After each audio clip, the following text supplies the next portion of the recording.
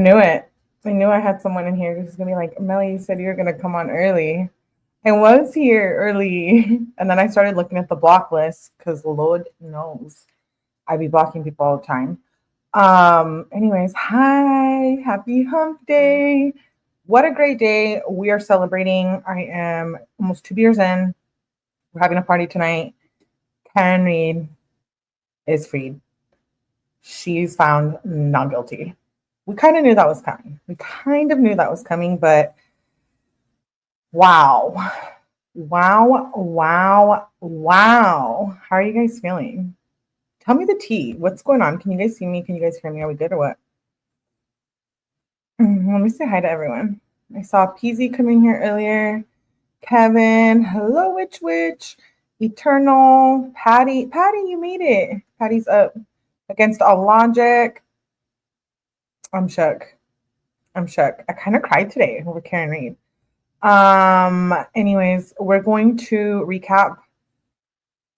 I'm behind still on the Karen Reed trial. We're still gonna get caught up. I still want to watch Crash Daddy testimony and those good ones that we've missed. I think we're on day 17 or 18. Yeah, I'm behind. And it's like over now. It's literally over. But I think that a lot is going to come with it, right? Like Karen Reed's going to be everywhere. Like on all the channels, we're going to continue to see a lot of Karen Reed. So happy Karen Reed does not go through this. Yeah, I'm shook.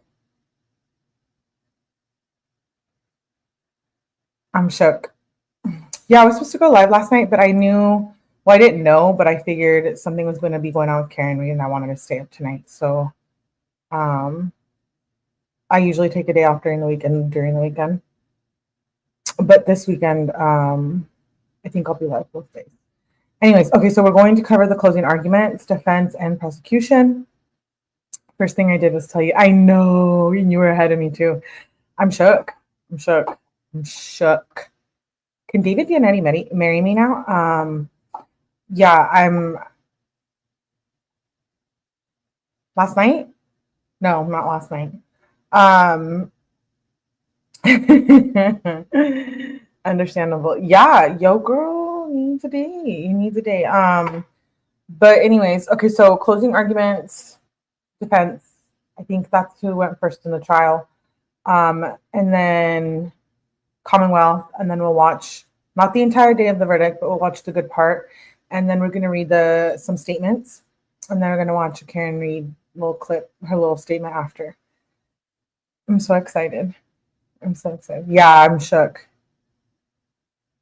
3 years though of this stuff is a lot. Long time. Okay, let me pull it. Thank you for being here too. Happy Wednesday. Happy hump day. I can't wait to see this. I have not seen the closing arguments. There was no collision. Her team really came through for her. Collision. I'm shook. And by the way, whoever was here on the Melly After Dark Monday night, shout out to you for being here. I don't have it up right now. I had to edit the music out because, copyright. And so I have to edit another song now, and then it'll be back up on members only. But that Melly After Dark did really good. So shout out to you guys. I had fun. I'm thinking of doing a Melly After Dark after this, depending on how long we watch of this. Just a system within America. It's rare, but well, yes. Hello, Dodge. Good to see you. Okay, let's see. There was no collision. Wait. Let me start over. There was no collision. Much love. There was no collision. There was no collision. I want to take a minute to start off with thanking you. I want to thank you for your attention. I want to thank you for your patience. I want to thank you for your diligence. This is not an easy undertaking. Most of all, I want to thank you for your courage, because courage is what this moment demands. Not just to listen, but to stare directly at injustice and say, not here, not now, not on our watch. That's what you're being asked to do. Stare down injustice. I want to start with a simple truth. You folks, not us, nobody else in the courtroom, you folks are the last line of defense. The last line of defense between an innocent woman and a system that has tried to break her, that falsely accused her, that tried mightily to bury the truth. This case was corrupted from the start. It was corrupted by biases and conflicts and personal loyalties that you heard about. And most fatally, it was corrupted by a lead investigator whose misconduct infected every single part of this case from the top to the bottom. I'm shook the McAlberts would even give a statement. Like, what do you mean? They need to all be charged. And, you know, I do feel for the O'Keefe family because they'll never get justice, but I'm shook. In our opening comments to you a few weeks ago, we told you what to watch for. We warned you what to watch for. We begged you what to watch for. Watch for the physical evidence. Pay attention to the medical facts. Pay attention to the science and the physics. But also pay attention to the integrity, the very essence, the integrity of the investigation. But you also saw something during the course of the trial that none of us might have expected, something that should sadden us, something that maybe would anger us. On full display, you saw the lengths to which some police officers will go to protect their own at the expense of the rest of us, at the expense of Karen Reed. She just got charged for driving under the influence of the operating an innocent woman. OWI. Before we examine the evidence in the case, which we will do, we need to understand the very foundation of the entire system of justice in which we operate. It's the bedrock on which this entire system is built. Reasonable doubt.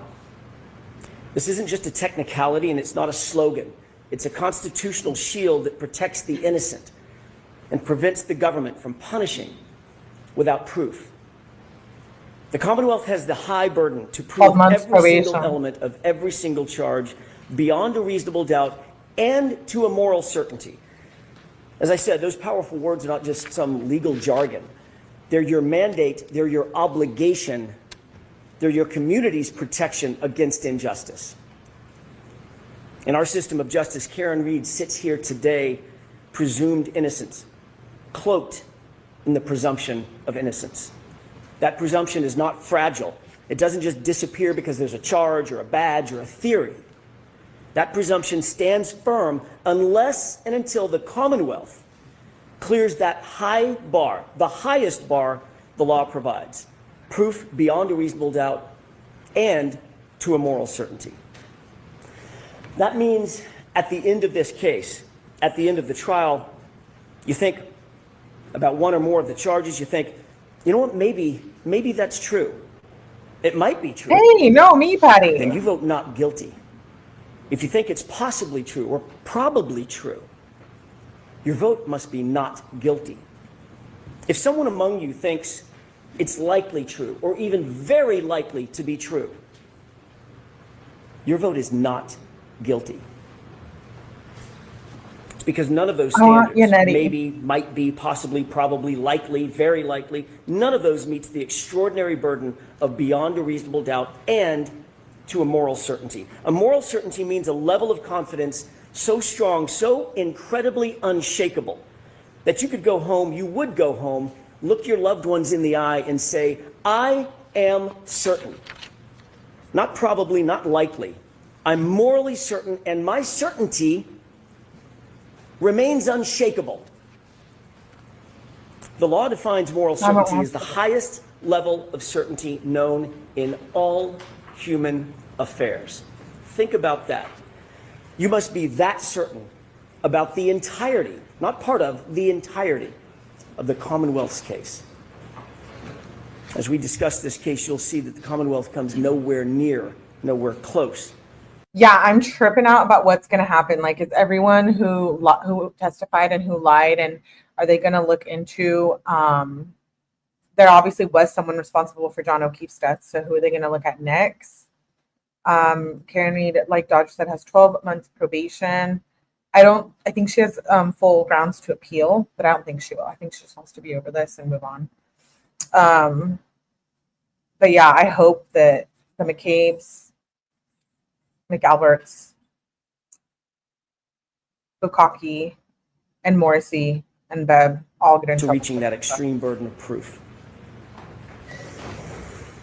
Ladies and gentlemen, on January 28th, 2022, it was a Friday night. John O'Keefe and Karen Reed made plans to meet up with friends, go out for drinks. You saw through video evidence and eyewitnesses that they were affectionate, they were loving, they were in good spirits throughout that evening. They started off at C.F. McCarthy's, which you've heard about, and eventually made their way over to the Waterfall Bar and Grill. When they got there, the Albert family, they were already there, and they were already drinking. The Albert family, it's been established as a very well-known family in Canton. They've got quite the reputation. Brian Albert was at the Waterfall, a longtime Boston police officer. His wife, Nicole Albert, was there. She was with him. His brother, Chris Albert, who was a Canton board selectman, he was there. His wife, Julie Albert, their daughter, Caitlin, and his sister-in-law, Jennifer McCabe, whom you met, and her husband, Matthew McCabe, whom you did not meet. They were all there drinking before John and before Karen ever arrived. But also present at the Waterfall that night was Brian Albert's friend, Brian Higgins. We know that he had a romantic desire on Karen. I hope he gets fired. That becomes an incredibly important fact as we discuss the facts of this case. As the bar was closing around midnight, the Alberts invited everybody back to their house. They wanted to keep the night going. But the evidence revealed something interesting, that the invitation to John O'Keefe appears to have been for a different reason, an alternate reason. Think about the video of Brian Higgins and what Michael Proctor in his investigation completely and utterly ignored. Higgins was agitated after a day of drinking, agitated that it was John and not Karen, John with Karen, not him. Recall that ominous text that he sent to Karen with Piggy her wanted and John Karen. standing just feet away. He wanted to phone her. Well, he got no response. And then we see this.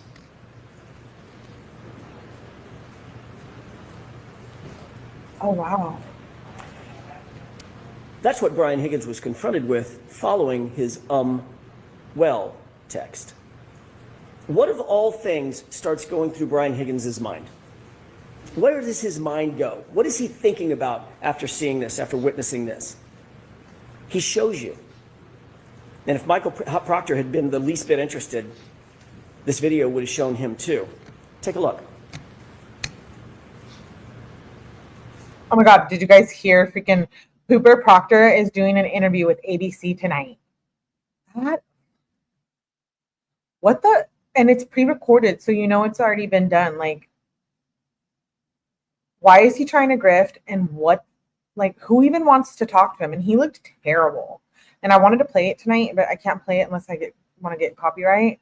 But as soon as it's on the YouTubes, we're watching it. But yeah, it's on, I think, ABC. He's doing an interview with them. Pooper Proctor. And he's crying in there. Throw up everywhere on my computer. Going up. I'm gonna watch it though for sure.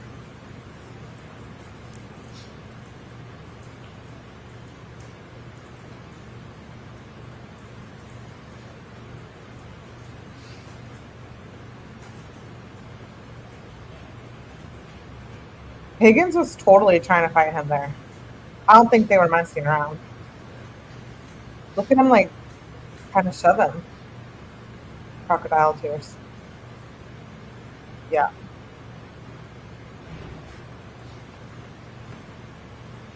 Sparring, practicing, fighting techniques. Where was Brian Higgins' mind? What was he thinking about? And then what happens? Before you look at the next video, think about what you're going to see. This next video is after he sees John kiss Karen on the forehead, after he sends that aggressive text to Karen with her standing just feet away. Watch closely, and this is what you're going to see. This is what Michael Proctor and his investigation completely ignored.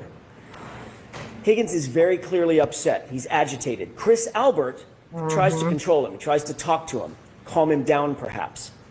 Chris forcefully grabs Higgins' arm. You'll see that in the video that you're about to watch. It appears that Chris is trying to calm him down from something. Brian Albert's standing right there with the other two men, but Brian Higgins is having none of it. He appears to be hyper-focused on one person and one person only, John O'Keefe. In an instant, Higgins angrily jerks his arm away from Chris.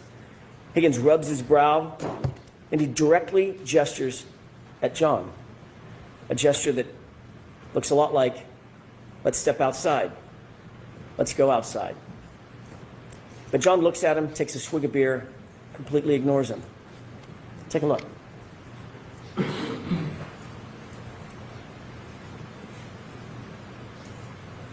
Yeah, they were already having beef there, yo.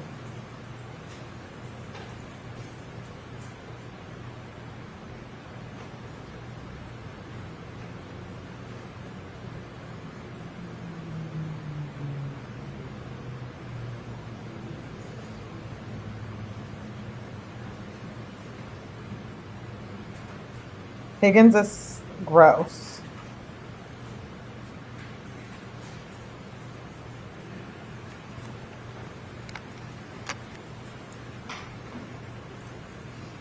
Michael Proctor, the lead investigator in this case, had all this footage, but he did nothing. He had access to the exact same thing that you saw. Why did he do nothing? A few minutes later, Higgins then texts John directly. You coming here? 3 question marks. It's now 12:20 a.m. These guys are not good friends. They barely spoke or even acknowledged each other when they walked into the bar together, other than a quick greeting. So why was Higgins coaxing John over to 34 Fairview? You coming here after this? And why not text Karen? Because at that moment, he wasn't interested in Karen. He was interested in John O'Keefe. This is about 5 minutes before John gets out of the SUV and walks toward the house. About 5 minutes before Karen sees him alive for the last time. So what happened inside that house, or that basement, or that garage? What evidence was there for the investigators to look into? What did they ignore? Laceration over John's right eyelid, black eyes, a large dog at the home, an obvious dog bite on John O'Keefe's right arm, a head injury from falling backward onto a hard surface, alleged surface, a text from Higgins, one of the last people to ever communicate with John O'Keefe. You coming here? Those words now echo in the wake of John's death. But Michael Proctor, he didn't listen. When John didn't come back outside, Karen, very oblivious to what had happened, thinking she was just left alone in the car out in the cold in the middle of the night, she got frustrated and she drove home. She arrived back at home and her Wi-Fi connected to John's, her car or phone connected to John's Wi-Fi at 12:36 a.m. It's an important time, 12:36 a.m. She left John voicemail after voicemail after voicemail. He was unresponsive. He didn't pick up a single call. He didn't respond to a single text. The longer he didn't respond, the more upset she got. Her voicemails reflect that frustration after the fact. That's the frustration that you hear in her angry voicemails. She uses harsh words and foul language. She's obviously upset. She's obviously irritated because he didn't come back out of the house and he wasn't responding. But Karen did not know what you know. She didn't know what the investigators. You know what's funny is I think this guy back here, right here, this guy, I think he's the appellate lawyer. What are you going to appeal? You can't. They can't. And I was also going to say, like, how embarrassing for the Commonwealth to have tried this. Like, I'm so embarrassed for them. Hey, Peasy. Yeah, I do know the verdict. We watch. I haven't seen this yet because I'm not even caught up on the trial, but we're going to skip to this. We're still going to go back and watch. I still want to watch the Crash Daddy testimony, but and the important testimony, but we're watching closing arguments and then we're going to watch the verdict. Should have known. She didn't know what was happening with Higgins and Albert and with her boyfriend, John O'Keefe. When he didn't come home at about 5 a.m., Karen went looking for him in a panic. As you know, her worst fears were realized when she found John beaten, battered, bloody, and left in the snow in Brian Albert's front lawn. At 6 a.m., when Karen found John, you heard about the scene. It was described in detail. It was chaos. To use Mr. Brennan's word in his opening statement, it was bedlam. The screams for help by Karen, the yelling and the hollering, ambulances, emergency lights, fire engines, ladder trucks, paramedics, patrol vehicles, patrol officers, all of them swarming all over the lawn just under Brian Albert's bedroom window. And of course, as you learned during the course of this trial, Brian Albert, a sworn peace officer, a first responder trained in being a first responder, never came out of the house. Never went outside to help a fallen fellow officer who was laying on his own property. Never came out. And you learned through the undisputed evidence that the lead investigator, Michael Proctor, for his part, never went into the house.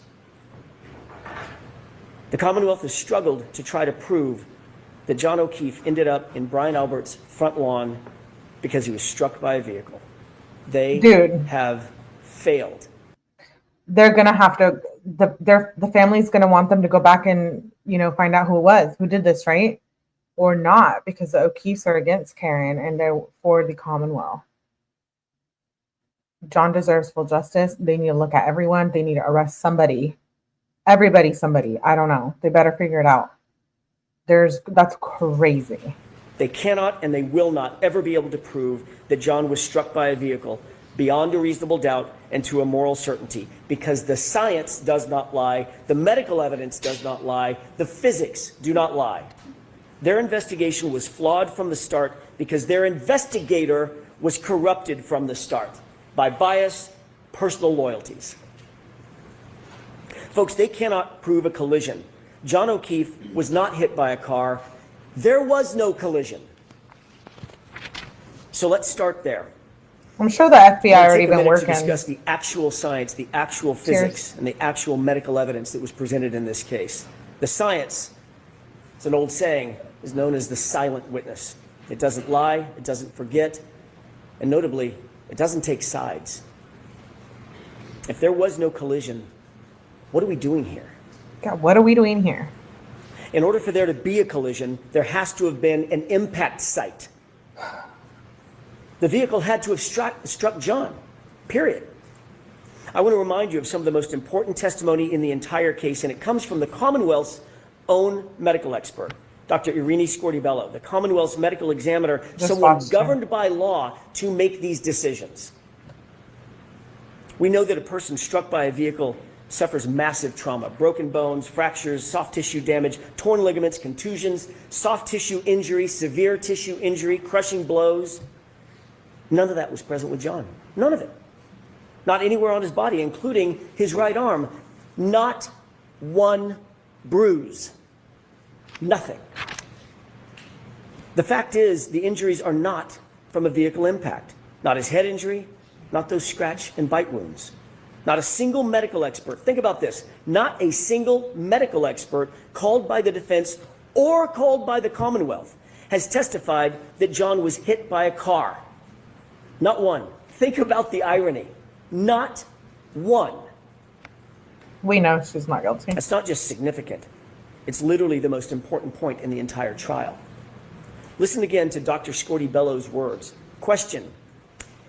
You did not include in your autopsy, in any fashion, any discussion of whether Mr. O'Keefe's injuries were consistent with a motor vehicle accident, did you? Answer. No, I did not. She told you, quote, I did not see any evidence of an impact site, end quote. She was talking about John's body. The Commonwealth's own medical examiner, Dr. Scordi-Bello, performed the autopsy. She did it personally. She's the only one to have personally examined John's body, and she found no evidence of an impact site on his entire body. That in and of itself is reasonable doubt. You don't need anything more. The Commonwealth's case is done. It's cooked. Their own experts said there is no evidence of a collision, no evidence of an impact.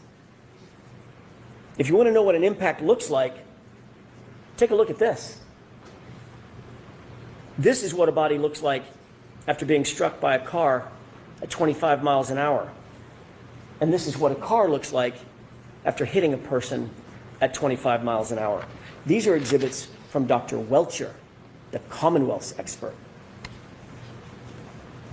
John didn't even have a bruise. Make no mistake, Dr. 𝐁𝐞𝐫𝐬𝐞 was presented with the Commonwealth's theory of the case, the same case that you've been presented with, and she refused to conclude that John's death was a homicide. She flatly refused to conclude that there was a collision. And you know who agrees with that? That silent witness, the science, the physics, the data. Dr. Wolf and Dr. Rentschler, you just met them recently. They explained they were not initially hired by the defense. They were asked by another agency to conduct their analysis. They looked at the evidence from both sides, not taking a side for the defense or the Commonwealth, completely independent. They looked at the damage to the SUV on the one side of the coin. They looked at the injuries to John O'Keefe on the other side of the coin. Both PhDs. Like, I'm not going to be able to sleep because I'm just going to be thinking, like, how is Jen feeling? What about Higgins? Are they all worried about that they're going to lose their job? Can't be seen out in public. I heard Higgins put his house on set for sale. The statement that the McAlberts or McCabe, was it Jen McCabe or McAlberts? I don't know. We're going to read it, but I don't even want to, like, they're ridiculous. And then who's going to lose their job next? The FBI already looking into it. So many things I think are still going to come from this. Both engineers. We are not done with Karen Reed. There was no collision. Sure. I'm not saying it. The science says it. That SUV's taillight was not damaged by striking an arm, and John was not struck by a 6,000-pound SUV. Period. Full stop. Dr. Dan Wolf did the testing on the taillight. Actual testing, not some ridiculous blue paint kindergarten project. He did lab testing. He did field testing. He did data testing. Actual impact force analyses. In every single test at every single speed, the taillight damage was inconsistent with striking an arm. In every test, the taillight damage was inconsistent with damaging the shirt, the sweatshirt. Remember that severe internal damage to Karen Reed's taillight. Not just the outer lens. The internal diffusers were completely smashed, completely shattered. ARCA testing established that all the internal components of every single test taillight, especially the diffusers, remained completely intact. Conversely, on Karen's taillight, the diffusers were almost completely gone. Folks, understand something. If any part of that diffuser portion of the taillight is broken, there is no light. It doesn't illuminate at all. It's just black. Let's take a look at a couple of photos. At 5:07 a.m. at One Meadows, that's the photograph on the left. What do you notice about the right taillight? It's completely illuminated. Later, at 4:12 in the afternoon, photograph on the right, it's lit up. How can that be? How can that be if the Commonwealth claims that those diffusers, the portion that lights up the light, were already scattered all over 34 Fairview? That's their theory. But don't believe your lying eyes. The taillight's completely lit up. That would be impossible. All right, so Dr. Andrew Rentschler, PhD, a biomechanist, explained that at those speeds, the other side of that coin, John's arm would be basically destroyed. Contusions, swelling, torn ligaments, hyperextensions, dislocation of joints and bones, fractured, broken, and shattered. But as you know, John's arm was pristine, save those dog and claw bites. He didn't even have a bruise. Think about this. Think about that photo of those x-rays as you deliberate. You can manipulate a taillight fragment. That's not that hard. You can't manipulate a bruise. If they claim the car was going fast enough to shatter the taillight and shatter the diffusers, then it was also going fast enough to destroy and shatter John's arm, and it simply did not. How do they square that? They don't and they can't. So they spent nearly $400,000 of taxpayer money to hire someone to dress up and look like John and paint his arm blue. Wow. Which told you exactly nothing. He's The ARCA testing, Alan conversely, Jackson. also established that it is impossible for John's sweatshirt sleeve to be damaged by an impact with the taillight. The Commonwealth's theory is that the sleeve of John's hoodie sweatshirt was damaged by flying shards of taillight slicing through the shirt and through John's arm. I have 3 questions. Number 1, John's arm had about 36 abrasions. How did 36 shards of acrylic 36? go through Ah. 9 tiny little... Oh my God. Where's number 7 at? Where's number 7? Number 7, where you at? Oh my God. Didn't show up to this live. He was full blown. Full stop. Karen's guilty. puncture holes? Not me calling him out. Somebody needs to answer that. Dead. Number 2, why are there no slices or cuts in the hoodie? There he is. All the defects are punctures. You knew I was going to call Punctures that you might get from, say, Be like, where you I don't at? know, canine teeth. And number 3, if the shards cut bloody gouges into John's arm, that's their theory. Why is there no blood, no skin, no tissue on a single shard of taillight that they claim came in contact with John's arm? The Commonwealth cannot answer a single one of those questions because John's arm was not impacted by the taillight. It doesn't make sense simply because it didn't happen. Compare and contrast the ARCA experts and their actual testing to Judd Welcher. He came to you in the Commonwealth's case in chief and he told you that for the better part of $500,000, he'd come in and testify that John was tall enough to touch the taillight with his elbow. That's it. And even in that basic demonstration, he had to lean in to manipulate it, to get the results that he wanted. Dr. Welcher then claimed that the reason he didn't do the reconstruction, the actual testing, think about what he said. There isn't enough evidence to determine what happened. I beg your pardon? What happens when there isn't enough evidence, in his words? You vote not guilty. That's what happens. That's out of his mouth, not mine. The Commonwealth also used the same company, Aperture, to try to establish a time of a collision that never occurred. The Commonwealth... I do want to say to Aperture, terrible. I hope that they know they shouldn't even be promoting themselves as experts. Because I think 2 of the people from Aperture, right? They got... called Shannon Burgess, the supposed expert from our... No. Number 7. There is a cardinal sin. Folks. A cardinal sin. It's called confirmation bias. It's when you determined by decide RTA. to change your opinion to fit a theory.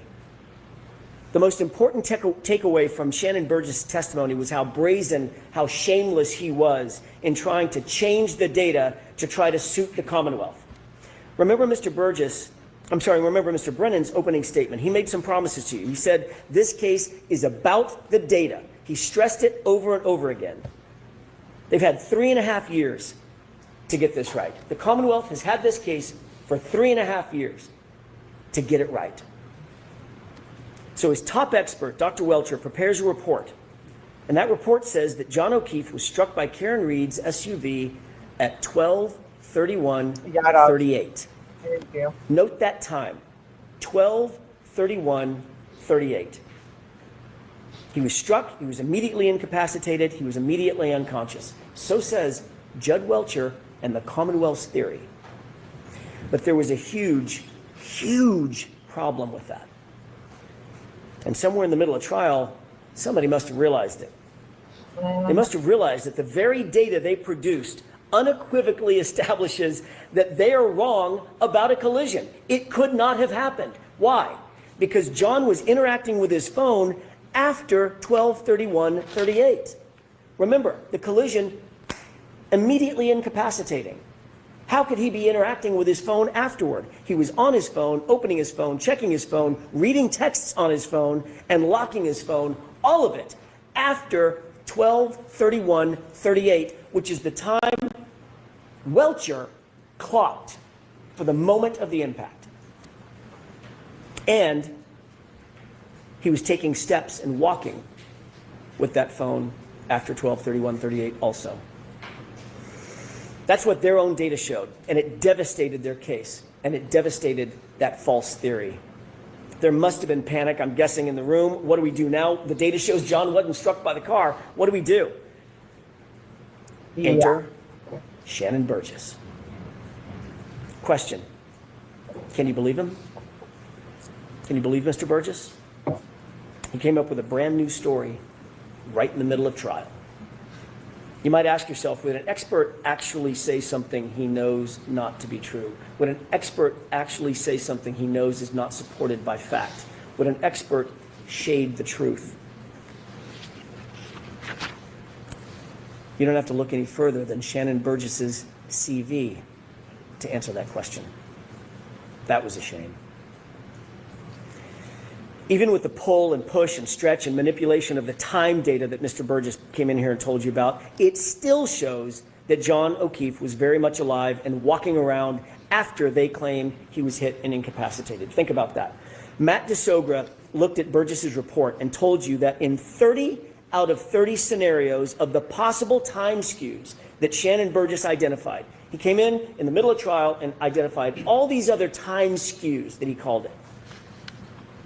In every single scenario, John was alive and walking after they said he was hit. And that's a problem for them because there was no collision. Just look at Mr. Whiffen's data, Ian Whiffen. John O'Keefe took 31 steps at a steady rate, about 83 feet, and then think about this, in a westerly direction. That would be right toward the house. Remember, it's 78 feet to that garage door. That's not a coincidence. The Commonwealth's witnesses, or the Commonwealth's witness, Mr. Ian Whiffen himself conceded that he has reasonable doubts about the accuracy of John's location data. Remember that question and answer on cross-examination by Mr. Alessi. Do you have doubts? I do. Are those doubts reasonable? They are. And remember, it's still the Commonwealth's burden. If their own cell phone expert has a reasonable doubt about John's location, so should you. John O'Keefe was inside, and the phone battery temperature further proves it. This is not speculation, this is science, and it's irrefutable. It tells us that he was not laying outside in the cold, he was inside somewhere a little bit warmer. Yep, the phone temperature proved that. iPhone is exposed to freezing temperatures. Think about these numbers. When the iPhone is exposed to freezing temperatures, it will drop from 81 to 21 degrees in 15 minutes. 15 minutes. That's a 60-degree drop in 15 minutes. Now look at John's phone. It was laying, according to the Commonwealth, it was laying directly on frozen ground. He arrived at 34 Fairview and his phone dropped only 20 degrees over the course of an hour. Then inexplicably, it stayed steady, never dropping below 50 degrees for the next 4.5 hours, never dropping below 50 degrees for the next 4.5 hours, basically the entire night. You know what, though? He was not. Pause. I felt like his reaction today at the verdict was kind of off for Jackson. I did. Outside. He was someplace warmer, like a basement or a garage. Dr. LaPosada confirmed that John O'Keefe did not have hypothermia. No telltale signs, no telltale 𝐭𝐤𝐥𝐥𝐲 spots, no frostbite on any extremity.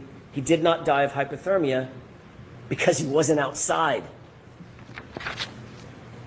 Dr. Isaac Wolf, Dan Wolf, Elizabeth LaPosada, Judson Welcher, Andrew Rinchler, all agreed. Every expert agreed.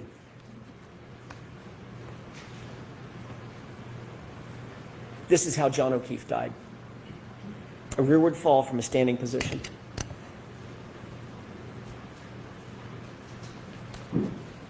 What could make you fall straight back like that? Let's just think about that for a second. What could make you fall from a standing position as Judd Welcher just showed us? Standing up, falling straight back. Add a laceration to the right eye consistent with a fist or a punch, and you've got your answer. He certainly didn't sustain that wound on the back of his head by falling backwards onto a lawn. Dr. La Posada told you that the patterned injury on the back of John's head could only be produced by hitting a hard, ridged, or ledged surface, like a concrete stair or step. They dragged him. What's just through That's that my garage theory. door? Michael Proctor never stepped down in that garage to find out. What a shame. And John was drunk as hell too, so you know if And they look at knocked the him arm. out, he's probably out. Just look at John's arm. You don't need the top experts in the country, This is so but you had them. You don't need the top medical minds on the they planet need to on get this issue, justice but you for had John them. Thief. These are dog bites I'm and shook. scratches. These are animal wounds. Not one witness has been called in their trial. Not one. 8 weeks and counting. Not one witness who actually disputes that John O'Keefe's arm injuries are from a dog. The Commonwealth could not find a single medical expert, a single medical witness who would come in here and tell you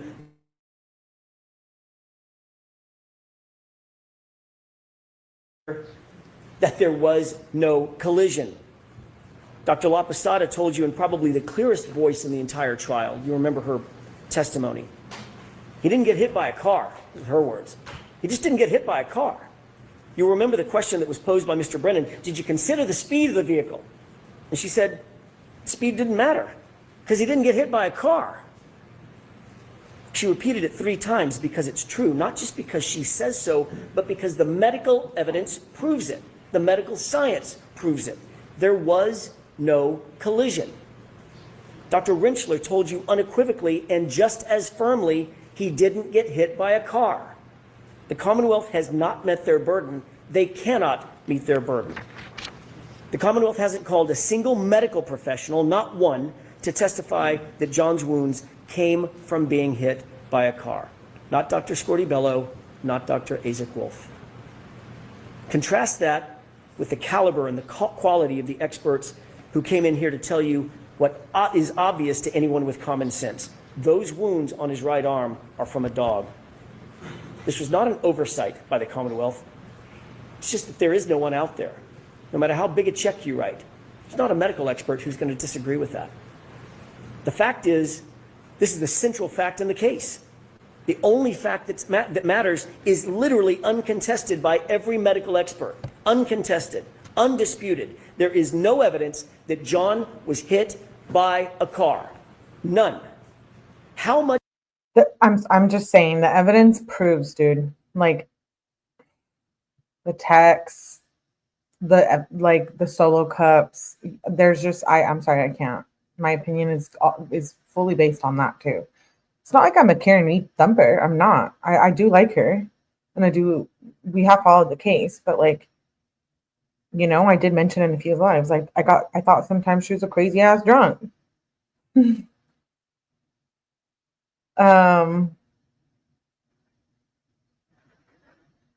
I think there's too many people here that need to get consequences for this crime. Much more reasonable doubt That need to could there face be? the consequences.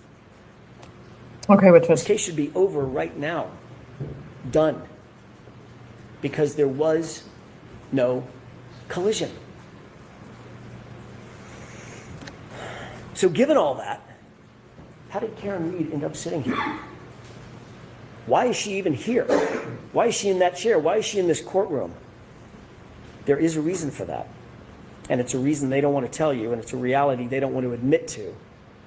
The reason we're here is because the system, the very system that was meant to protect her, that was meant to protect all of us. and she's looking. What was it? Life? Is it life? What she was looking at?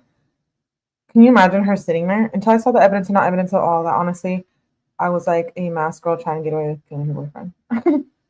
She didn't act innocent for sure, but she didn't hit him. I think she was just fucked up. I do. I think she was just drunk as hell that night. I don't even know if Karen Reed remembers. She says she does, but I don't think she intentionally killed him. I don't think she accidentally killed him either. Police corrupting. Yeah, we saw. Dude, just think. Pooper Proctor lost his job. Got fired. They would not do that if they weren't absolutely sure. And it wasn't just from those dirty text messages that he sent about Karen Reed. Massachusetts, abuelitas, it's far more than that. He could come back with a huge lawsuit if they fired him for no reason or something that was inaccurate. Let's not forget about the girl that got pregnant, Sandra Birchmore. I've covered her here. I haven't covered her in a minute, but we should. Can't wait to hear from the three.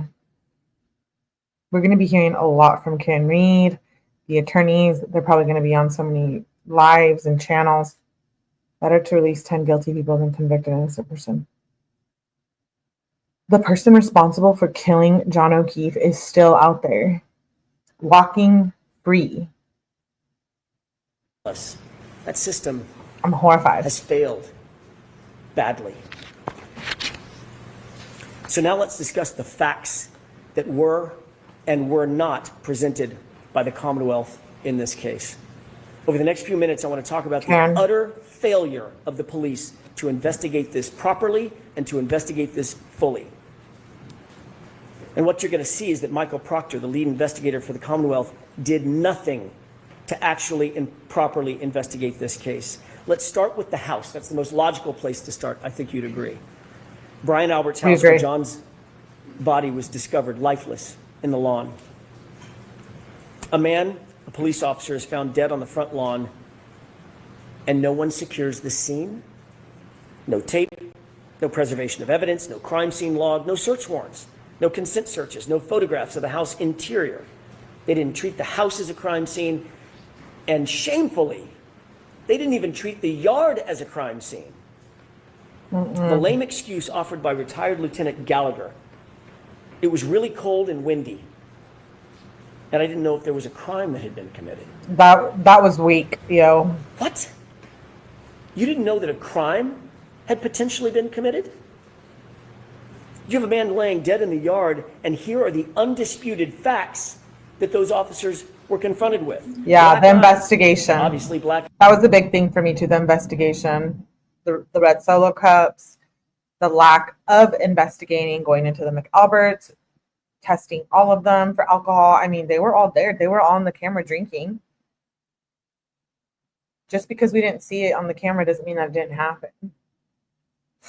How many of us can say that you can go to a bar and get away with a bunch of shit, really?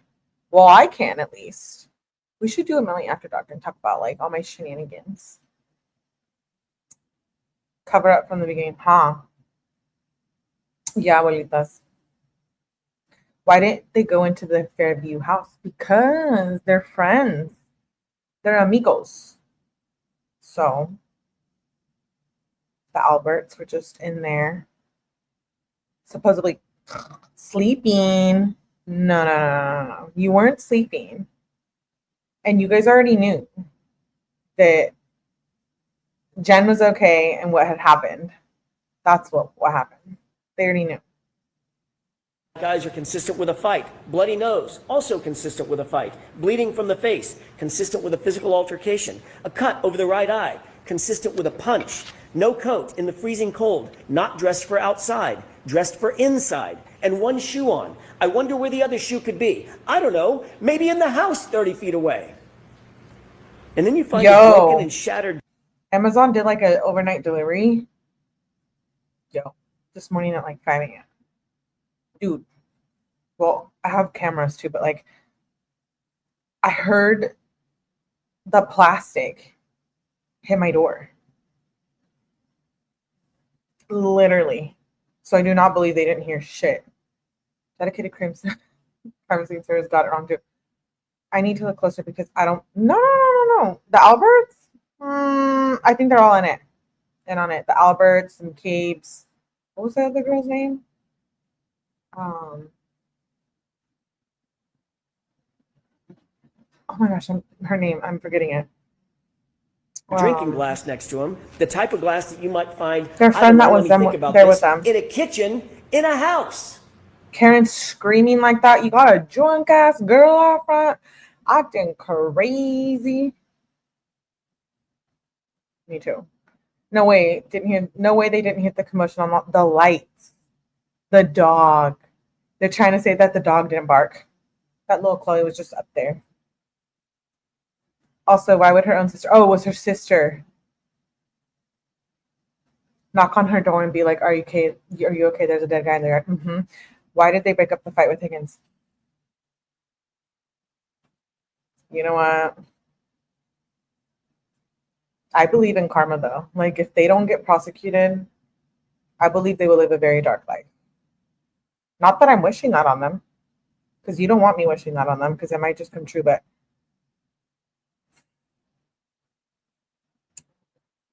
I think they're all involved. Yeah, I do. And I think some of them might get away with it, but I'm not worried. I'm not worried about the universe doing what it needs to do. And John's phone was tucked neatly under his back shoulder. Lieutenant Gallagher actually claimed he did not know it was a potential crime that needed investigating.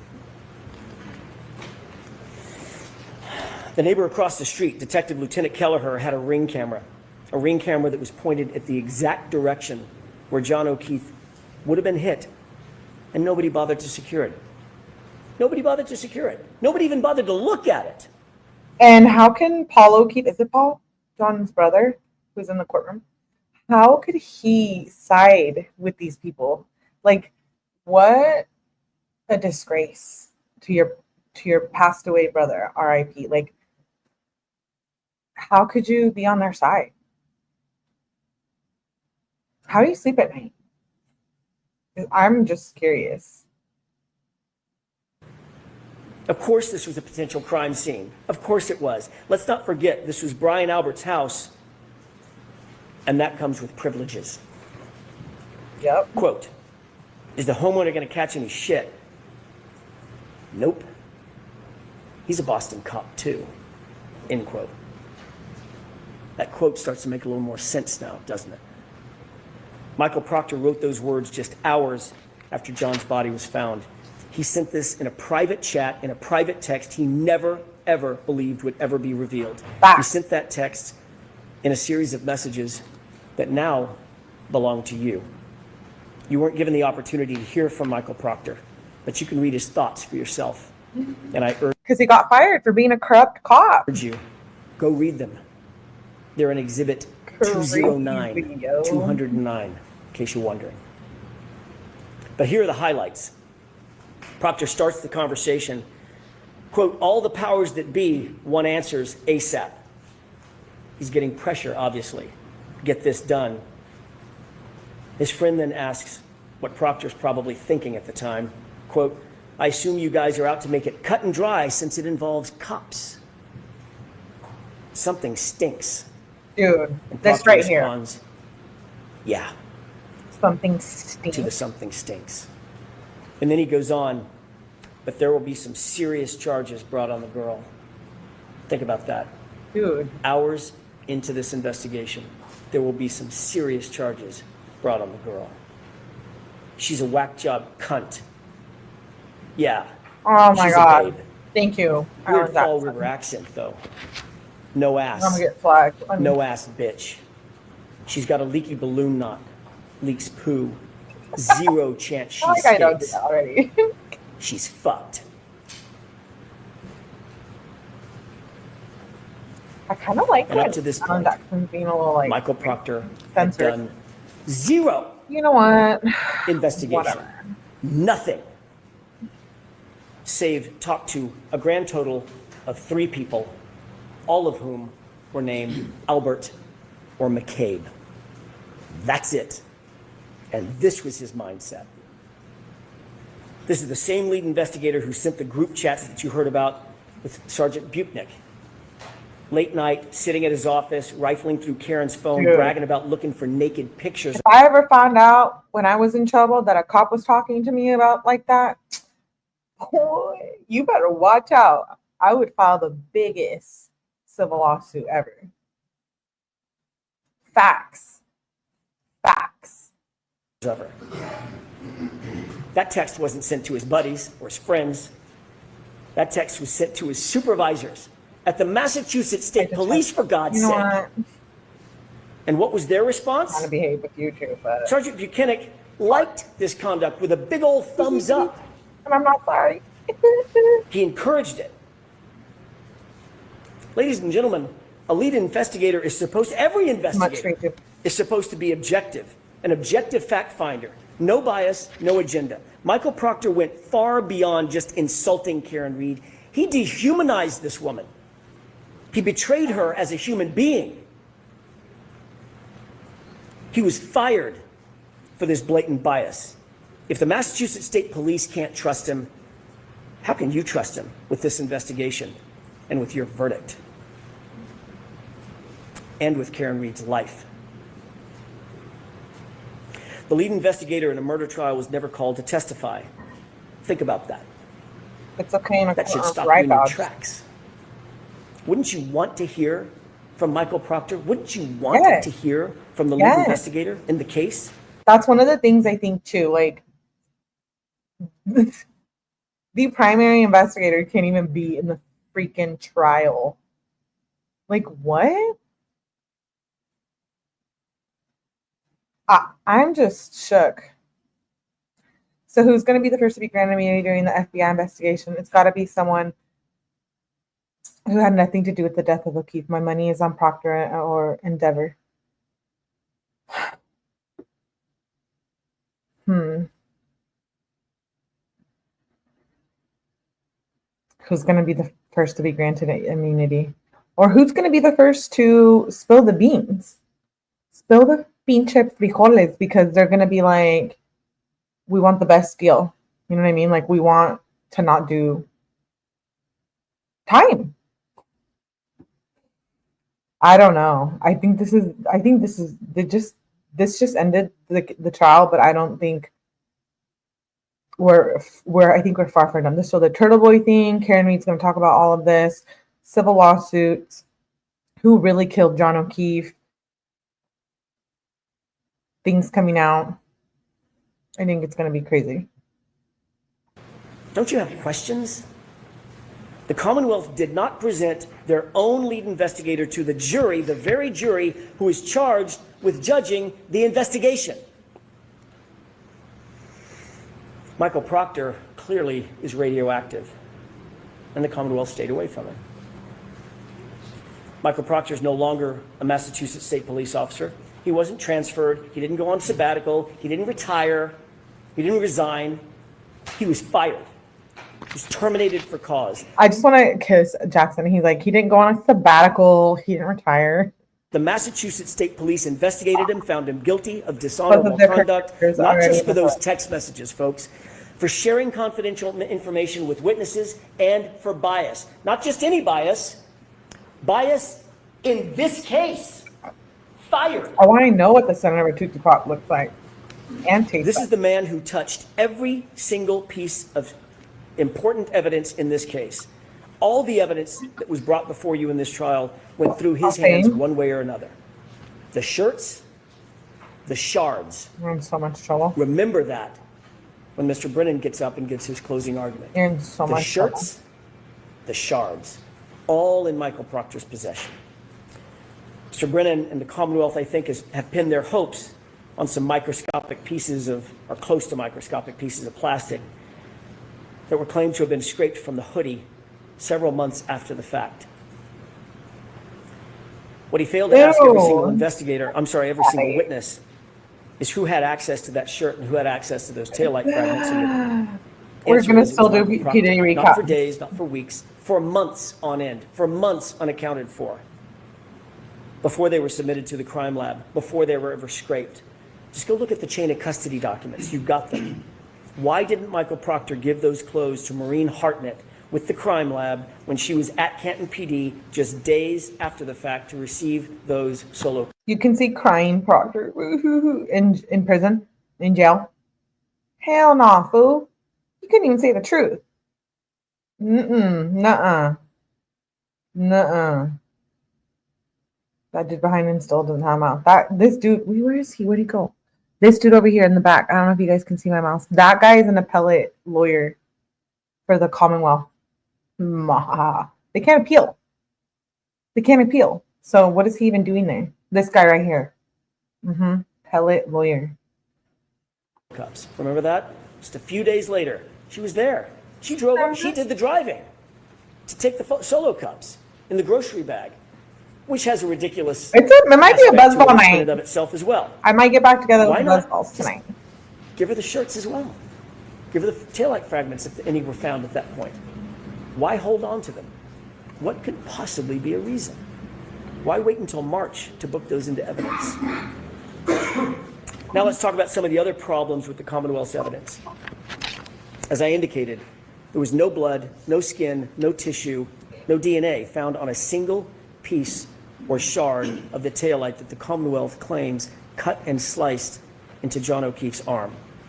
Where is that trace evidence? Where is that biological evidence? The DNA. Where is it? They've got nothing. Not a single piece that the Commonwealth wants you to believe cut up John's arm. How is that possible? It's not possible. The only way it's possible is if those shards never touched his arm. Wait, we know there was blood collected in her solo cups, but not all the blood. I thought it was like... Wait, I'm trying to remember how many... Was it 3 liters?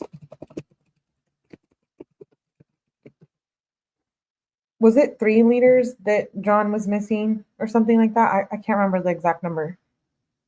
Where all that blood? And if it was in the snow, you would see it in the snow. And there would be residue where if they did a proper investigation, they would have been able to pull that off of the snow, I think. Proctor's career is over, but he's still got to be worried about his role in I would be worried. I would move out of the country at this point. There's crazy ass people. It's 2025. Everyone has lost their damn mind, including me. And so at this point, yeah, I would be scared to even walk out to my car. If I was like, Proctor, okay, you never know. You know, there's one thing I learned when I was growing up. My dad's a gangster too. He always said, like, don't mess with people because you never know who they are. And so, like, I just feel like if there's a crazy hard-carrying reader out there, one night off the methamphetamines going berserk, and they see Pooper Proctor, maybe a little bit of crime in the background, you never know, dude. Not me making up conspiracies. Don't listen to me. Oh, and the one sample of DNA that they did find. But I'm not lying. Like, people are the outer smooth part of the housing, not any shard. It was the outer smooth part of the housing. Nothing that they claim actually came in contact with John O'Keefe. Number 2, that sample had DNA of 2 other men, 2 other unidentified males. That tells you that DNA had nothing to do with a car strike. You never know. That DNA would be expected to be, John's DNA would be expected to be all over that car. Inside, outside, he had access to that car for months and months and months. He was in and out of it all the time. Show me some blood, then we'll talk. They can't, and they won't because it doesn't exist. That SUV never hit John. The hair found on the bumper. The Commonwealth really stretched its own credibility on this one. That magic little hair on the SUV supposedly survived a 37-mile drive in 47-mile-an-hour winds. But that little magic hair just clung there, just hung on. That same hair that moved in between photos in the Sally Port. Remember that? There were 2 photos taken, and it was either the breath of the photographer or just the movement of walking by the hair. It literally moved between the 2 photographs. But that hair is supposed to have hung on in a 37-mile drive in a blizzard. The only thing that hair proves that the Commonwealth is embarrassingly grasping at straws. That hair has nothing to do with anything. But it doesn't stop there. There was another revelation at trial, a big one, a huge one, and it came from a very unlikely source. Christina Hanley, the quiet, reserved criminalist who told you something the Commonwealth likely did not want revealed because it's devastating to their case. Absolutely devastating. And it's this. The glass on the bumper didn't match the cocktail glass. None of it. Remember, February 11th, Michael Proctor, without any other person with him, no witness, no supervisor, no other person with him, claims to have found a single piece of glass at the scene. February 11th, single piece of glass, Michael Proctor. Keep that in mind. Interestingly, the glass on the bumper that didn't match the cocktail glass, one piece did match one other thing. The Proctor glass. Those two go together. The only two things that go together from that bumper are the Proctor glass. We know that there's no glass in the taillight. We know that nothing else was shattered on the vehicle. Therefore, that glass had to be placed there. Didn't come from a crash. Didn't come from a cocktail glass. So how did it get sprinkled on the back of the bumper? Whose proverbial fingerprints are on that glass on the bumper? The only thing it matched was Michael Proctor. What about the Ford Edge and that snowplow driver, Brian Loughran? He observed that Ford Edge parked outside Brian Albert's house at 3:30 a.m. That vehicle was moved directly in front of where John's body was found sometime between 2:30 and 3:30 in the morning. The only person connected to a car of that make and model, Brian Albert. Michael Proctor did nothing to investigate that point. Did nothing to investigate whose Ford Edge was parked in a spot specifically to block the line of sight in the exact position where John's body would be later found by Karen Reed. No one, not Michael Proctor or anybody else, checked it for evidence. No one even asked any questions about it. That Ford Edge, Brian Albert's Ford Edge, completely ignored. Michael Proctor failed to interview obvious. I'm so annoyed. I just spilled my beer everywhere. What?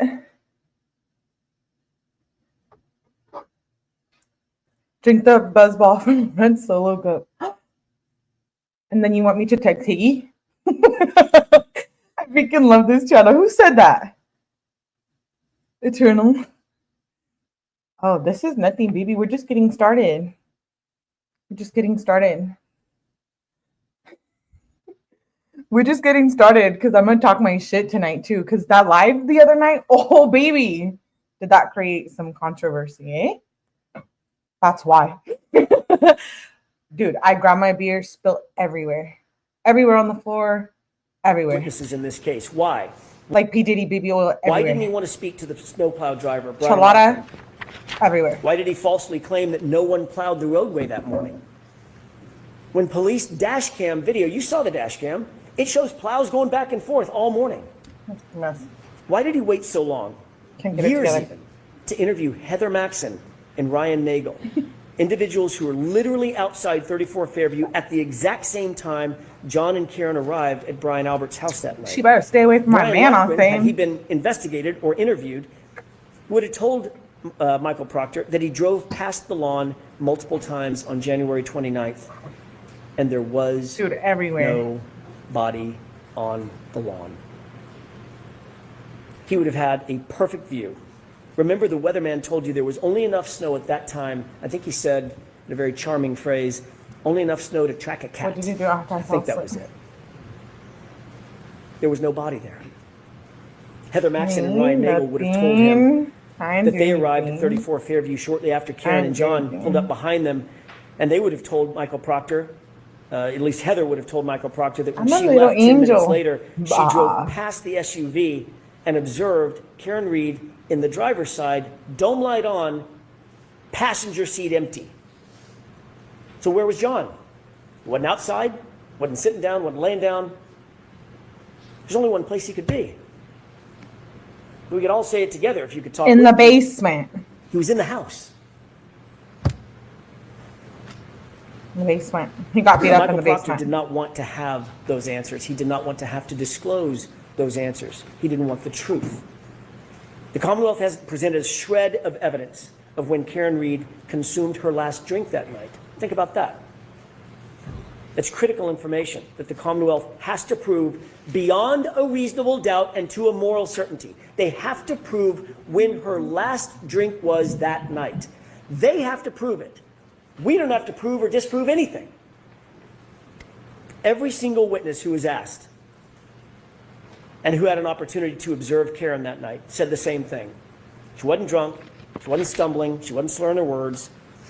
She was, in the words of Ms. 𝐁𝐞𝐜𝐨𝐬𝐿, completely normal. Even Jennifer McCabe grudgingly had to admit that fact. It's on video. Instead, they used 𝐬𝐭𝐚𝐫 to try to come into court and count sips of alcohol, which he admittedly got wrong. According to Ian Whiffen, the Commonwealth's own expert, the location data, using location data on John's phone, showed Karen driving lawfully. She was driving safely. She was under the speed limit. She was slowing and stopping at stop signs, slowing around corners. And Ryan Nagel corroborated that when he saw her make that left-hand turn onto Fairview. The Commonwealth has an incredibly high burden to prove that Karen was driving under the influence. They have failed to prove that beyond a reasonable doubt and to a moral certainty, because it depends on when she had her last drink. What happened after she got home and she was upset with John for not coming back out of the house? That would answer that question. She probably thought John was in there cheating on her. 𝐭𝐞𝐥𝐥𝐲, the least credible witness. 𝐭𝐞𝐥𝐥𝐲, I am not a fan of that man. As you well know, no one searched the house for signs of a struggle. Not that night, not the next day. I'm talking about 34 Fairview. Not ever, not once. Not with a warrant, not with consent. They never went into the basement, the stairwells. They didn't look at the walls. They didn't look in the garage. Nothing was ever examined. Nothing was checked for blood. Nothing was checked for DNA. They didn't look for a ledged or ridged surface. Zero. You'll remember how surprised Jennifer McCabe was to recall that there was a garage door even on the house. Except this was her sister's house. She's been going to that house since she was 5. She's seen that house. She's been in and out of that house hundreds of times, maybe thousands of times. She's been going to that house her entire life, and yet she acted surprised when I asked her about it. Remember Jennifer McCabe's answer when I asked her whether there was a door to the garage? I was asking her about the front door, the side door, and the garage door. And her answer was, oh, actually there is a garage door right there. Investigators never opened that door. Let's change the scenario. What if it wasn't the house of a Boston cop? What if it wasn't the house of Brian Albert? We can be certain that investigators would have torn that house apart to get answers about why a fellow police officer was laying dead on the homeowner's lawn. You can betcha. Yep. But because this was Brian Albert's house, a Boston cop, nope. And because he was a fellow cop, an insider, they didn't even open the door. That is not justice, folks. That's just pure favoritism. Each of these facts is more than a question mark. They're failures of duty. They're blank spots on a map where justice is supposed to live. And every single one is a reason why you cannot convict Karen Read. Reasonable doubt abounds. If the Commonwealth failed to investigate every reasonable alternative, how dare they come in here and ask you for a verdict? They didn't investigate the case fully, and yet they're asking you to take the easy road and do their job for them. These facts do not represent reasonable doubt. Nothing does. Every one of these facts that you're seeing that we're talking about represents reasonable doubt. Every one. The police and the prosecution are in a position to take people's liberty. It's the most dire and consequential act a civilized government can take against one of its citizens. Their obligation is not just to try to get it right. They have to convince you to the highest degree of certainty known in human affairs. They have to do it all, every bit of it, beyond any and all reasonable doubt. And they have not done that here. Number 7, you just can't get enough. And how about the homeowner You just can't get enough. the host, the first responder, the I Boston know cop, you, number Brian 7. I know Albert, you. who was sparring and practice fighting with Brian Higgins just minutes before John O'Keefe appeared at his house, 34 Fairview. Brian Albert, who was watching Chloe that night, the German Shepherd. Brian Albert, whose phone and his wife's phone were never secured. Brian Albert, who never came out of the house. But that doesn't mean he wasn't awake. It doesn't mean that he wasn't on his phone. Think about this. Same. Jennifer McCabe claimed that her sister and Brian Albert both slept through this complete chaos right outside their bedroom window. But Jennifer McCabe's phone records tell a different story, and they tell the truth. She spoke with them for the better part of a minute, 38 seconds to be detailed about it, at 5:07 a.m. And then she lied about that call. Remember that? What was the reason for that call at 5:07? Yeah. Was it panic? Was it a warning? We know that conversation took place at the precise time Karen left her house I'm sure to you go know the search answer for to John. 5:07. We could answer those questions if we just had access to their phones. Brian Albert, Brian Higgins, but Michael Proctor wasn't interested in their phones. Not only did he not secure their phones, he never even asked. And what about Brian Albert's dog, Chloe?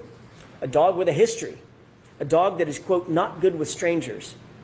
Dr. Russell confirmed that John's patterned injuries were from a dog, just like the dog Brian Albert owned.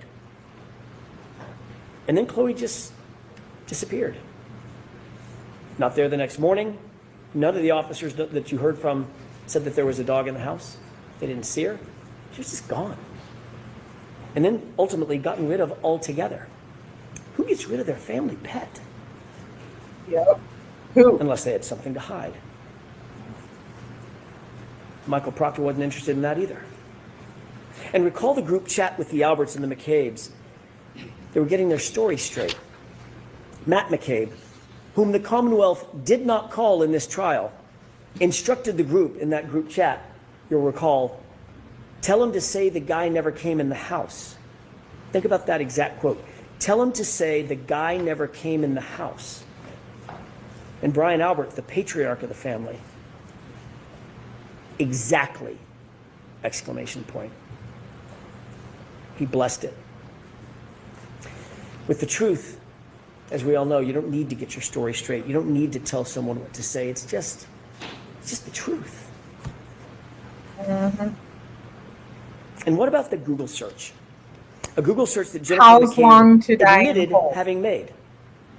A Google search that was time-stamped by Celebrite at 2:27 a.m. A How's Google long search till that Melly read, in his truck? "How's long to die in cold?" It is uncontested and undisputed that that search was deleted. If the 2:27 a.m. timestamp is not true, why does Jennifer McCabe have to lie about it? Why delete it? If the 2:27 a.m. timestamp is not true, why create a false story about Karen screaming ghoul hypothermia? That's just a fabrication. That's just a made-up fact. And by the way, if someone does tell you Google hypothermia, why would you Google how long it takes to die in cold? Wouldn't you just Google hypothermia? Jennifer McCabe enlisted Carrie Roberts to help shift the blame to Karen. That's the name I was trying to think of earlier. Why go to Carrie that Roberts. much effort unless you're trying to cover for something? Keep in mind the entire foundation of her claim that Karen said Google hypothermia is this fantasy about Karen screaming it at the location, at the scene. That's her entire excuse. But that story went completely off the rails when Carrie Roberts admitted that she perjured herself to back up Jennifer McCabe's false story. That was a dramatic moment in court. It's an admission of perjury, and you don't see that very often in a courtroom. That tells you everything you need to know about the character. Can you imagine how mad Macabre is? Oh, I would love to be a fly in that room. Character and quality of the prosecution's case and their witnesses. That home. Lying and perjury. Yep. And admitting to it. A fundamental tenet of any investigation is to ensure that witnesses are independent and not influenced by other witnesses. You start by separating the witnesses. Michael Proctor did none of that in this case, and we see the results. Think back to Jennifer McCabe's own text messages with Kerry Roberts. About Kerry Roberts, not with Kerry Roberts, notably. What Kerry Roberts didn't know was at the time she was being interviewed by the police, Jennifer McCabe was in real time. She was bragging about having influenced Kerry's testimony or her statements to the Alberts and the McCabes. Quote, she's telling them everything, all the stuff. Remember that timeline that we talked about with Jennifer McCabe? That's what she was referring to. She's telling him everything that Jennifer McCabe had put in Kerry Roberts' timeline. The Commonwealth wants you to believe that Karen Read made a statement at the location, at the scene. I hit him. I'm sure you'll hear that from the prosecution in their final arguments. But their own witnesses contradict that. Jennifer McCabe admitted on cross-examination that her very first statement to law enforcement, confirmed that Karen didn't say anything. She asked, could I have hit him? Did I hit him? Is he dead? The physics and the science answer that question. Could you have hit him? No, you couldn't have. Sergeant 𝐁𝐞𝐥𝐥𝐲 also testified that the only statements Karen Read made at the scene, according to his conversations with the first responders, was, could I have hit him? Did I hit him? It wasn't a confession, it was confusion. And Dr. Russell explained that confusion. She told you why Karen Read, or anybody in that position, might ask those questions. She was suffering from extreme grief reaction, which according to the evidence can last for years. Even her medical records confirm that diagnosis. It's common to ask those questions in grief. It's common to ask those or when you're types drunk of as questions fuck. in shock. You're trying to make sense out of the nonsensical in the moment. And the Commonwealth has tried to twist those words into a confession. There is no evidence that any officer at the scene ever heard Karen Read say, I hit him. Not a single police officer at the scene came in to support the Commonwealth's claim. It's not on video, it's not on audio, it's not in a single police report, it's not in a single EMT or EMS report. Nowhere. Karen. The fact is, Karen never said, I hit him. You saw the video, multiple officers were right there. She simply never said it. What did Jennifer McCabe do and not do when she got to 34 Fairview? She would have you believe, I want to set the scene for you, that she's confronted out of the blue with John O'Keefe's lifeless body. Her friend, John O'Keefe. He's bruised and battered, he's bleeding, his eyelid is cut, his nose is bleeding. Karen is screaming at the top of her lungs. Carrie is screaming back to Karen, shut up! Both women begin crying, both women are giving CPR, there's chaos everywhere. It's building in the yard, just feet from Brian Albert's house, Brian Albert's window. Jennifer calls her sister at 6:07 with all this chaos going on. No answer. Jennifer calls her sister at 6:08 with all this chaos and bedlam going on. Still no answer. No lights come on in the house. In the midst of all this screaming and this chaos, Brian Albert doesn't come outside. Nicole Albert doesn't come outside during this maelstrom. And yet, Jennifer McCabe never goes inside to check on her sister. There's literally no signs of life inside the house. And Jennifer McCabe doesn't take a step inside that house to check on her family. Yo, if that was me, I would have walked up in there and been like, wake your ass up. Does that make any sense? There's a man passed out in his Everyone room. would sprint inside the house to make sure that there's no one in there that was hurt or injured or, God forbid, dead. Everyone would do that. Facts. But not Jennifer McCabe. The only way that makes sense is if Jennifer McCabe already knew that Brian and Oh my God, I just said that earlier. were just fine. That's the only reasonable explanation. And the only way she would know if they were fine is if she knew what happened. But Michael Proctor never explored this incredibly suspicious behavior. Don't you have questions? This would give anyone reasonable doubt. And don't you have questions also about Brian Higgins? Michael Proctor certainly didn't. Higgins had been sending flirtatious and romantic texts to John's girlfriend, Karen Reed. You'll remember I asked Sergeant 𝐁𝐞𝐥𝐥𝐲 a simple question. Were those texts flirtatious in nature? He refused to answer that simple question. You remember that? Quote, I'm not comfortable putting a label on that, end quote. We read the texts. You wanted her. Of course they were flirtatious. Of course they were romantic in nature. The reason he refused to answer that simple question is telling. It's because these flirtatious texts establish a motive for Brian Higgins. Sergeant 𝐁𝐿𝐥𝐥𝐲 could not bring himself to tell the truth. His bias was on full display. He was covering. I do want to ask Karen, though, like, in all honesty, what the hell did you see in Higgy? Like, were you just trying to get some D? Like, what was it? For another cop. I'm confused. Investigators also ignored Higgins' suspicious late-night visit to the Canton Police Department. That was after a night of drinking, by the way. Why didn't they investigate were you just trying to get so some? important that Higgins needed to go to the police station at that time, 1:30 in the morning, while drunk, by the way? Why weren't they interested in those facts? Remember, he's an ATF agent. He's a cop, a member of the Blue Wall, and best friends with Brian Albert. He would know that the CPD would be the first to get the call when someone reported John missing or injured. He would know what to look for, what to listen for, to determine if a report had been made and when and what the response was going to be. You saw the skulking through the hallways with his hood up, moving bags between cars, and of course, that late night mysterious phone call on his cell phone, a phone that you don't have and that you'll never see. All of that, and Michael Proctor never gave him a second look. All of that, and the Commonwealth, who's supposed to be after the truth, didn't call him to the stand. If you have any unanswered questions about Brian Higgins, that's reasonable doubt.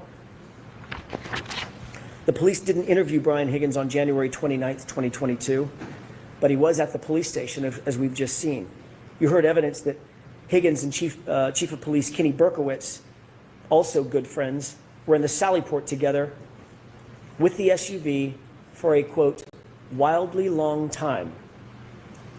Kelly Dever, another Boston cop, told you that. She also told law enforcement agents that she found it, quote, weird that Higgins could have access to that very sensitive evidence, the SUV. Folks, there is never a situation in which a witness, a potential suspect even, should be given access to the evidence in a case. But that's exactly what happened here. Higgins was given unfettered access to that SUV and its taillight. Did you guys hear that? Nearly immediately, according He said a potential suspect. to Kelly Dever's statement to law enforcement. That was good. And it was at that exact time, the exact moments that Higgins would be in that Sallyport, that the 42 minutes of the Sallyport video is just missing. It's just gone, vanished. Well, that's convenient. Now put in context the condition of that taillight when it was actually seized in Dighton. It was cracked, but not completely damaged. I ask you to compare and contrast Officer Kelly Dever, her attitude, her demeanor. That's all for you to judge. Her attitude, her demeanor, her truthfulness, her motives from the witness stand. Compare and contrast that to Sergeant Nick Barrows. Who's more believable? Officer Barrows is unattached to any of the players in this grand play directed by Michael Proctor. He's truly independent. And what did he tell you? Was the taillight, he was asked, was the taillight in this condition Oh, his what? when Michael Proctor picked up that SUV at 412? I know what she's looking at. His answer? Absolutely not. Jackson. Absolutely not. It was cracked, I'm drooling. but not completely damaged, not smashed out I like need that. mouth to mouth. So how did the taillight get cracked? How did it end up in the condition where it was cracked, as Officer Barrows saw it, but not completely damaged? Are they Well, watching you don't have to this? guess. She's looking in the wrong direction. There's a video. Just watch. Oh. That's how it got cracked. And Judson Welcher's own recreation confirms it. Look at the contact. That's from the Commonwealth's expert. Oh. And that further is confirmed by the fact that there were no taillight pieces found in any of the initial searches conducted at the scene. 2 searches, 50-foot area searched. Hi, Not a Cree, single baby. Good to fragment see you, was love. found until after Michael Proctor had access Good to see to you. and control of that SUV and its taillight. What does that say about the character and quality of this case? Oh. It's revealing what happened here at trial. One of the most dramatic moments probably of the trial, Kelly Dever. We're gonna How watch can you her trust this because I don't remember investigation what when she you said. saw how far a police officer will go? You had a front row seat to the power of police manipulation and police corruption. A front row seat. Kelly Dever was interviewed by a separate law enforcement agency, not a friendly department, not Boston Police Department, not Michael Proctor's MSP, a different independent agency. She told those law enforcement agents in a formal interview that she saw Brian Higgins and Chief Kenneth Berkowitz alone in the Sallyport with the SUV. She was detailed, she was clear, she was unequivocal, she remembered the specifics, she recalled how it made her feel, quote, weird. She recalled how long Higgins spent, a quote, wildly long time, as she described. These are all incredible details to tell law enforcement. She couldn't have been clearer. She couldn't have been more specific. But then she's put on a witness list and she's subpoenaed by the defense. Oh boy. Oh boy. Then this rookie cop was called up to the police commissioner's office. The same commissioner that was the boss of Brian Albert. Oh, I love that, Cree. They have a meeting, a private meeting. And he says, He joined the military. wink, wink, nod, nod. Hey, We support Cree. Well, you know what? Shout out to your son for joining the military. That is amazing. The fact that he's willing to do that. I'd give them they were his going, oh, yeah, I would drink those. I would drink them for sure. For sure. Support you, Don't be Officer sad. Dever. What else was said in that meeting? You can come here and talk to us about What else it. is reasonable to That one believe yummy girl. How you was doing? said in that meeting? She claimed she couldn't remember. Uh, She claimed not to no. remember if he instructed her to do the right thing. Pour it to the But screen. the commissioner of the Boston Police Department certainly said something to this rookie cop, and all You of a might just sudden, do that. that detailed, just unambiguous, get crazy. unequivocal statement to law enforcement became, what did she say? I only want to be in trouble if Alan Jackson's going to talk to me like this. A God. false memory. Not I didn't This say is when it. it gets like rated She R admitted here she after said it. dark. So She admitted she okay. detailed the entire story. She just said, it's a false memory. What? So she's called to the commissioner's office to make sure that she would do the right thing. That's why she was called. And now we know what that means. In her words, my entire career depends on what I say here on the stand. I'll quote that again. Quote, my entire career depends on what I say here on the stand. You bet it does. That's how it works. And that's how we got here. At the end of the day, you have to ask yourself, can you trust the Commonwealth's case? Can you trust their Wait, witnesses? Cree, Can are you on Discord? I have a Discord. I don't let anyone in there. Melly, why do you have a Discord? You don't let anyone in there. Are you a mean girl? No. I am just very particular about who I let in there. Do you have a Discord? I want to talk to you. Yeah. Tea time. We're gonna do a Melly after dark after this. You know how those go. So we could do tea time there too. You guys ready for that? I don't think you're ready for that. I'm not even ready for it. Trust their evidence. It can't be Here an are a few open combo at highlights. all. A video that was played in a courtroom and sold as accurate. So you can Turns out join. If I don't like it's you or if I don't completely want you inverted. there, not you, Cree. Flipped backward. Just random people. You'll get Completely kicked. false. You'll get The test that formed the basis of their entire theory of the case. She Watch only talks closely. about and I'll Dr. say, Welcher stands as You're a there. surrogate.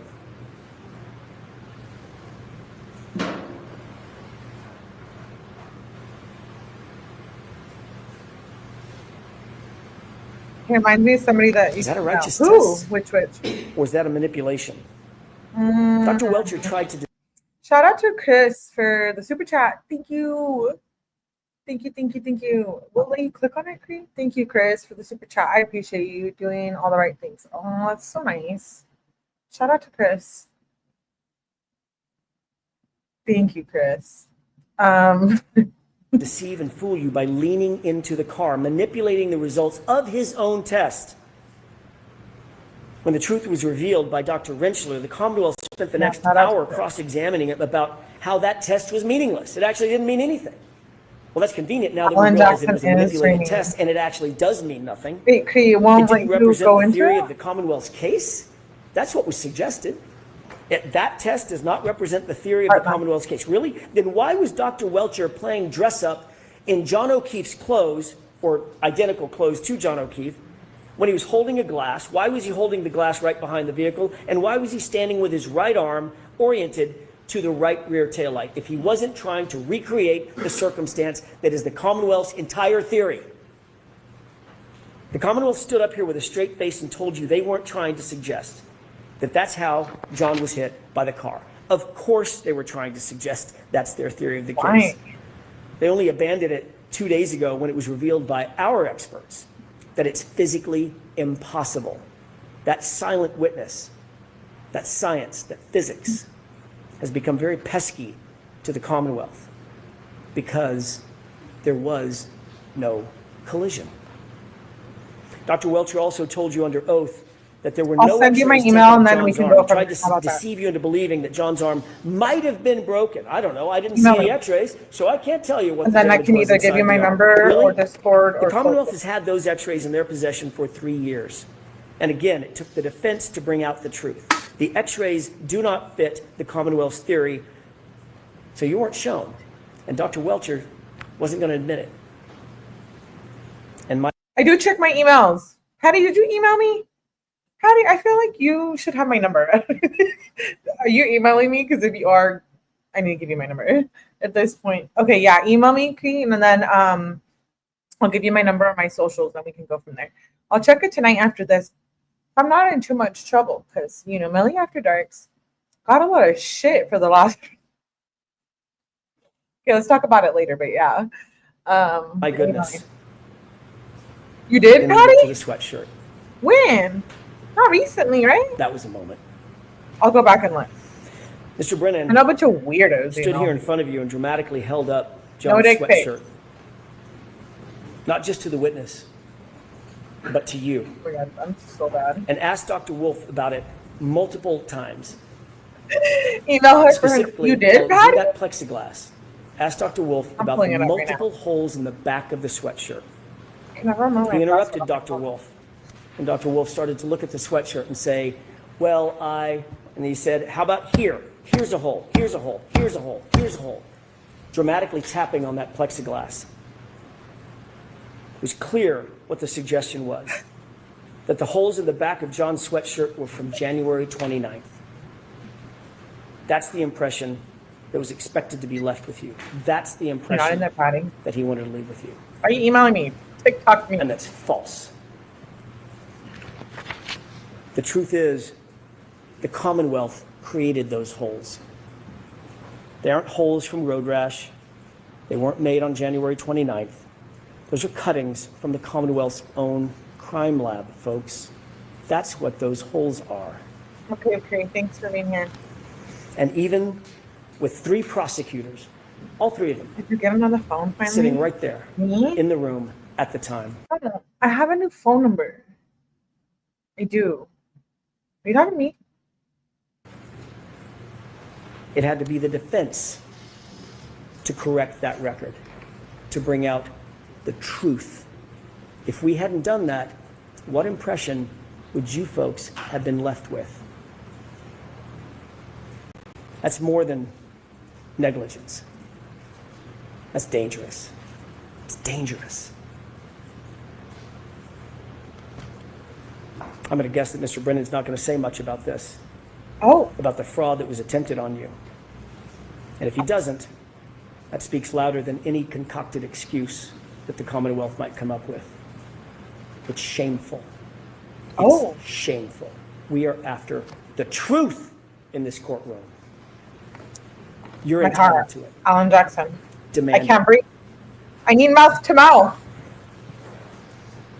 Why would the Commonwealth They talking to stoop Alan to a Jackson. stunt like that? Oh. It's desperation. God. They know what you now know, what their experts know. There was no collision. There. So now we've reached the final moments of the trial, and you've seen the facts and you've seen the evidence, and we've just talked about dozens and dozens and dozens of facts that are reasonable doubt. Each one of them are reasonable doubts.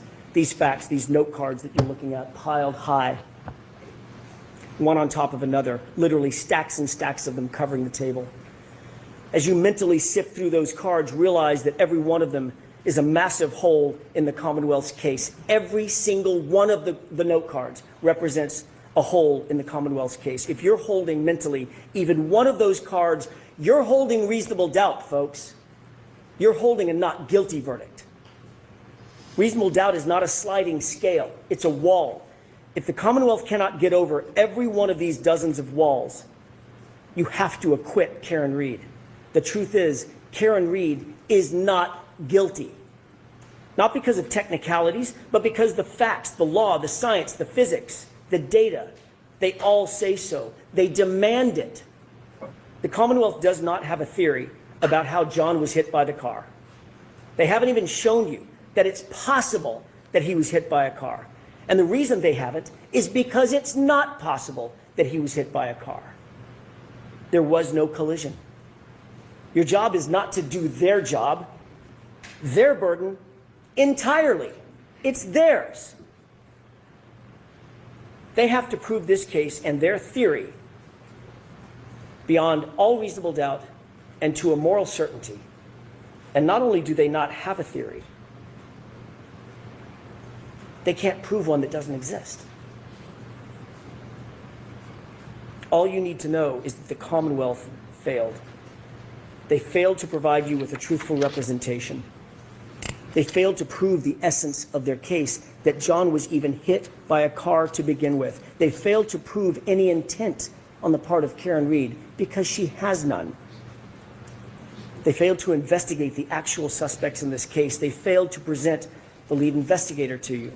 They failed to justify the perjured testimony that you heard discussed in this case. They failed to hold accountable an officer who came in here and lied to you and claimed false memories so she could do the right thing to cover for a fellow cop or cops. They failed to maintain a fair and unbiased and honest investigation. They failed to present you with the truth. And this is what you get. An investigation that's riddled with errors and omissions and a rush to judgment and conflicted and corrupted from the start. Every part of it. That is the literal definition of reasonable doubt. How can they ask you to be morally certain based on this evidence? It's a tragedy. When the government fails so completely, so catastrophically, when there are dozens and dozens of points of reasonable doubt on the table, your duty, your oath is clear. Your sworn obligation under the law is to acquit Karen Read, not just because you can, because you must. Justice demands it. Do not let the Commonwealth get away with this. Don't let them get away with this. Do not endorse and sanction an investigation that is broken and corrupted top to bottom. But just as importantly, do not let Michael Proctor get away with it. Hell yeah. And make no mistake about it, folks. Yo. If you convict Karen Read of anything, if you convict her of anything, science, the physics, the data, they lose. But tragically, Michael Proctor wins. Remember his texts. Something stinks. Yeah, but serious charges will be brought on the girl. She's fucked. Could you ever say to yourself, I kind of love when Alan Jackson like this cusses. is justice? Oh my god, it's hot. The fact is there was no collision. A car did not kill John O'Keefe. So I ask you, let your voice be heard, not in whispers, but in truth. Let the community feel through your verdict Why am I that calling him justice up? cannot be bent and that it will not be buried. Find Karen Reed not guilty, not guilty, not guilty. Thank you. I really just want to know, like, did Alan Jackson just like practice that in the bathroom? No shirt on, a cigar in his mouth. Like, wish I was there. Okay, so I don't want to hear from. Wait, do you guys want to watch Alessi's closing arguments, or do we want to go to the in front of the mirror is what I meant, or do we want to watch the verdict? I kind of want to hear Alessi's bullshit, but like, I didn't watch it. Okay, we might watch a little bit of it. Dude, I don't even care if it's Alan Jackson. At that point, not guilty, not guilty, not guilty. Make it selfie. That's funny. Okay, we'll watch a little bit of the clown show and then we'll move on. We'll move on. Not impressed.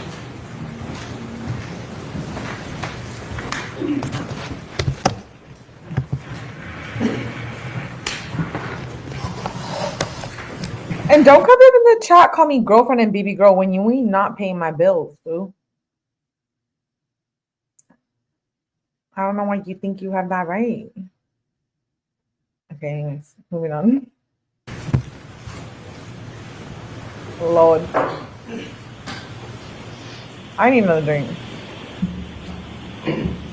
John O'Keefe It's buzzball time. was 46 years old. Do you have your balls ready? 46 years old. He I think I need a spent his buzzball life when Alessi's helping up there. people. I mean, Brennan. He's described as I a love good man, kind, generous, thoughtful. He was a Boston police officer. He worked to help the community. Everything you've heard about this man, he was a good man.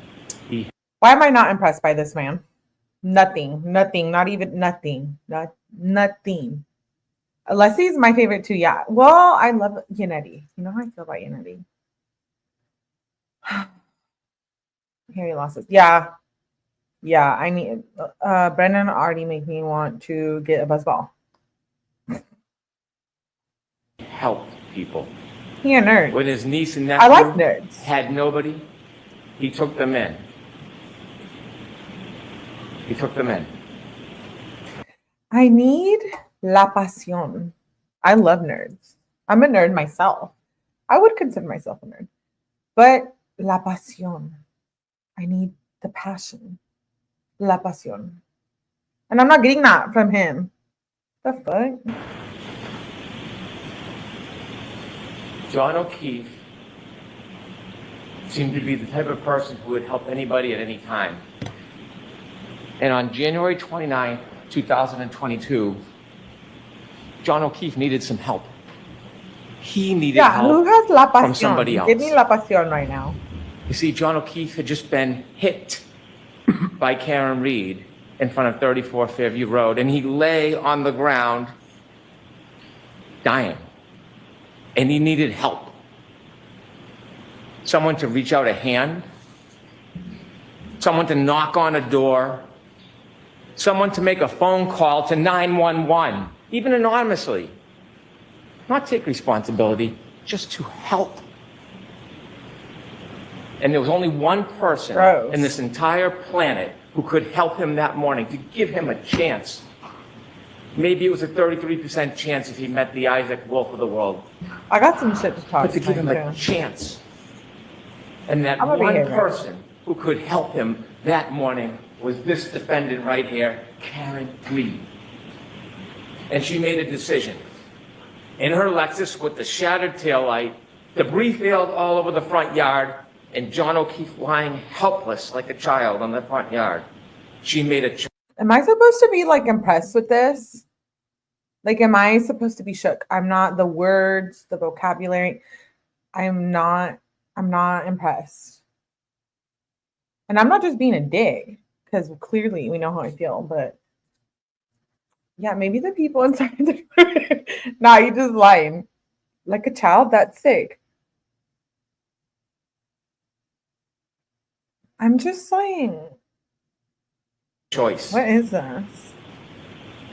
¿Qué es She didn't call esto? 911. ¿Por qué? She didn't run to his aid. ¿Por qué? She didn't knock on a door. Oh my God. She made a decision about herself. In her Lexus, she drove away.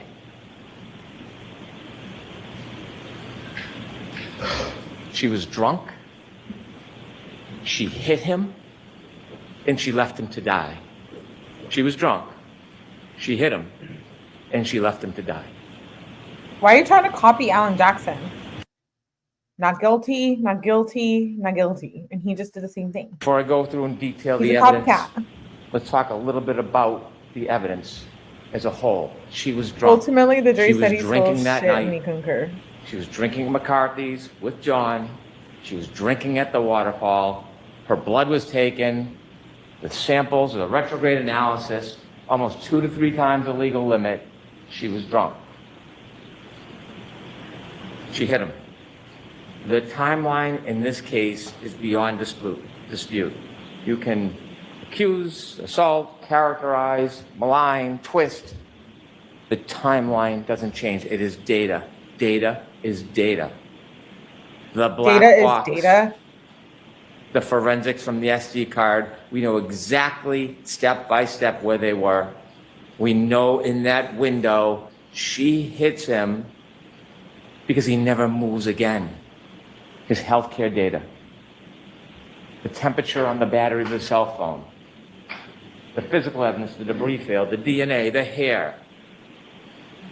And then she left him to die. He had a basal skull fracture, 𝐁𝐞𝐥𝐿. You heard all about it when the back of your head hits the ground and the brain comes forward. Dr. Wolf told us the reason why they have level 1 trauma centers around the country is because people can survive this injury if they get help.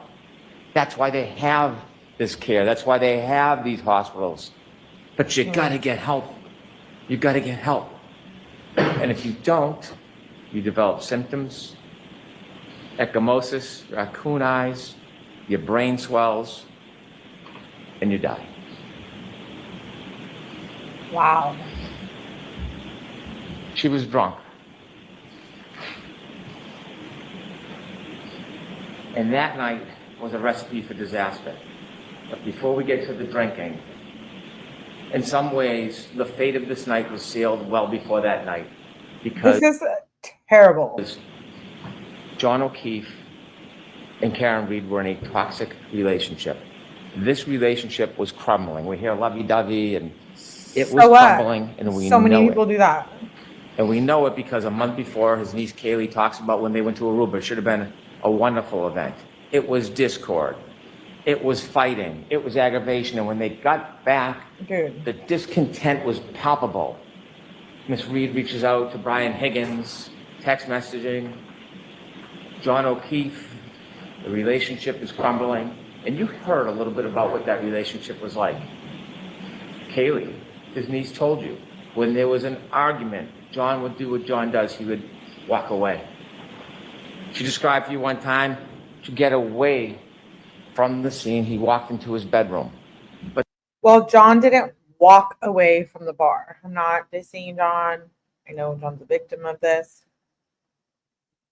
the defendant wouldn't let it go, pounding on his door, having to get the last word, never letting go of the fight.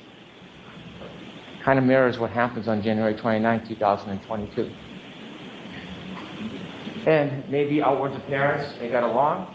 Maybe sometimes quietly they got along. but behind closed doors, relationships have up and downs. We have a bird's eye view into the relationship on January 28, 2022, because we have the text messages, not so lovey-dovey. The relationship is almost over. The tensions are simmering beneath the surface. They are not getting along. She believes Mr. Keefe is already halfway out of the relationship and he's not into it anymore. You will read them, you saw them. This relationship was unstable and at its end. And so fast forward that night. That night, It was unstable and toxic on both ends, whether they were broken up or not. John was flirting. John was texting her some rude ass shit. John was ignoring her. John was treating her like shit.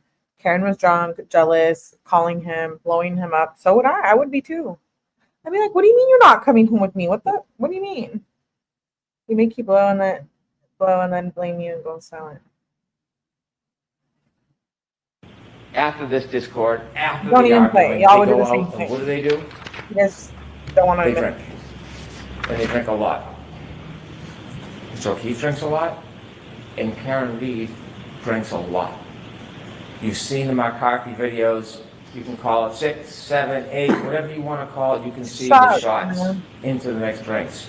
More shots into mixed drinks. Brennan could say I drink a lot Yourself. of balls. Over a half dozen mixed drinks in just a few hours. Sober? And then at the waterfall, a shot, a mixed drink. Now, it was brought up the waterfall that there was some type of discord between Brian Higgins and John O'Keefe. They knew each other. They were friends. Brian Higgins' conduct of speaking to Karen Reed is not honorable. It's not. But they were friendly. There was no adversarial relationship. There was no anger between them. What we heard is they barely greeted each other. Could we have slide one, please? At the waterfall bar, when you see John O'Keefe come in, here's him barely greeting him. That's him and Mr. Higgins, barely greeting each other. Reality sometimes is different than argument. This is a celebratory mood. Take that down, please. Celebratory mood. A bunch of friends. They're playing around. They're hugging. They're grappling. This is a fighting technique for a murder 2 hours later. Is that the story? They're practicing their moves to murder John O'Keefe. In the celebratory mood, you don't see any aggravation or animus between Brian Higgins and John O'Keefe.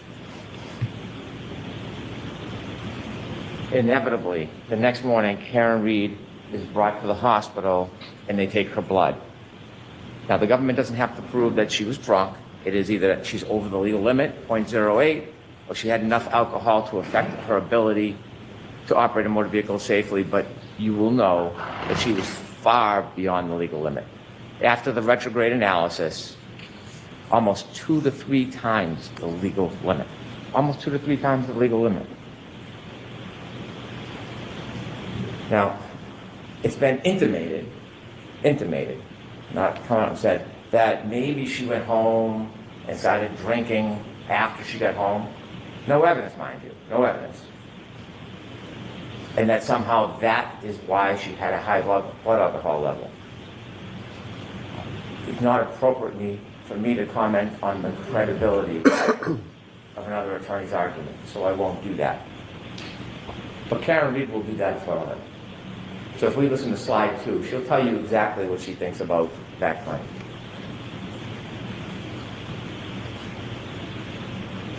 My alcohol intake's probably about 5 or 6 or 4.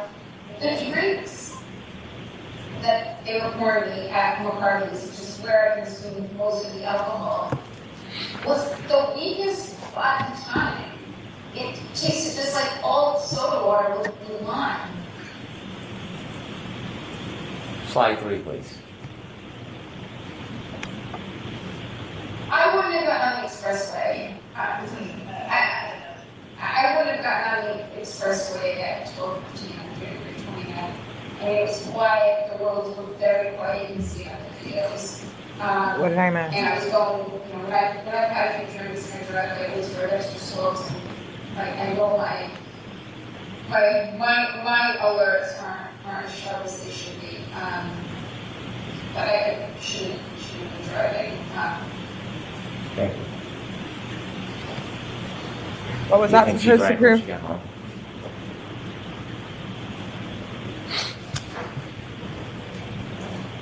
When they leave the waterfall bar at 12:12, you see a video, you have it in evidence, there's a still photo of John O'Keefe holding a glass.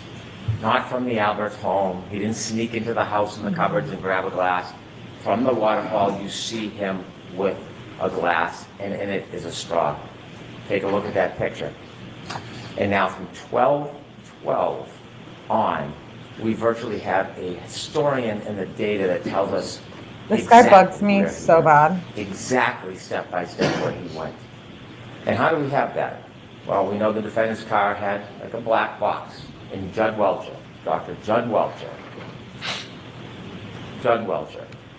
took the data from the black box and downloaded it so you can see the movements. Oh, he's not and married. the He doesn't triggering have a ring events.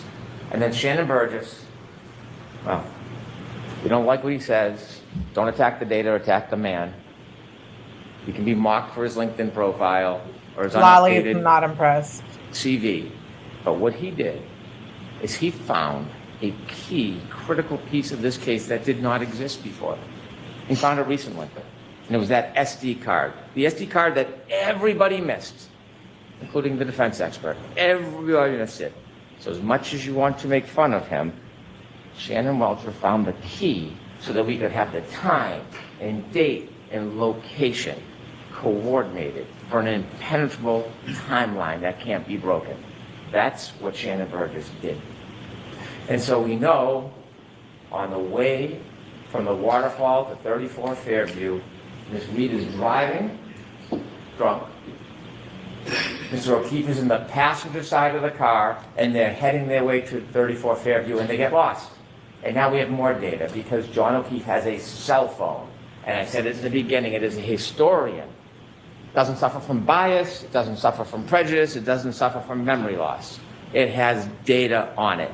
And he puts on Waze, high location data, as Ian With would say. And it tells you second by second the speed, the location, the movement. That's what it does. And he has healthcare data on that phone. The healthcare data separately shows his movement. And that is critical. It is critical because it not only shows his movement, it shows when he does not move. That healthcare data is critical. And it's not subject to bias. It's not in dispute. There's no other contrary evidence. I'm It just is like not data. impressed, not at all. On the way to 34 Fairview, alcohol fuels tension. We know that. And we know from those text messages the tension in that relationship, and then there's a trigger.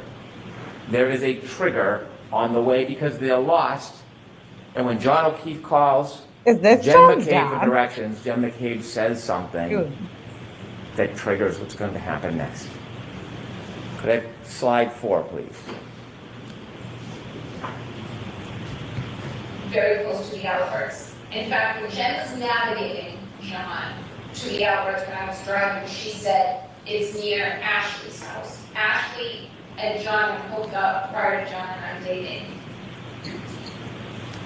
And so as they travel to 34 Fairview, under the duress of this crumbling relationship, fueled by intoxication, we have triggers.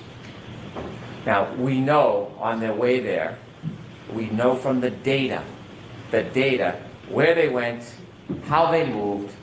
If we look at slide 5, Ian Whiffen showed you a guide. You could enlarge that just a little, please. And it shows you with the healthcare data, it registers as flights climbed, but it doesn't mean someone's climbing upstairs. What it means is there's an elevation, and he breaks down the data, the red, the green, if you could move down, please, Ms. Gomez. And then the bottom left, that's 34 Fairview. You can see second by second the circles of their route, even the 3-point turn on Cedar Crest. That's what you see. At that point, they've left the bar.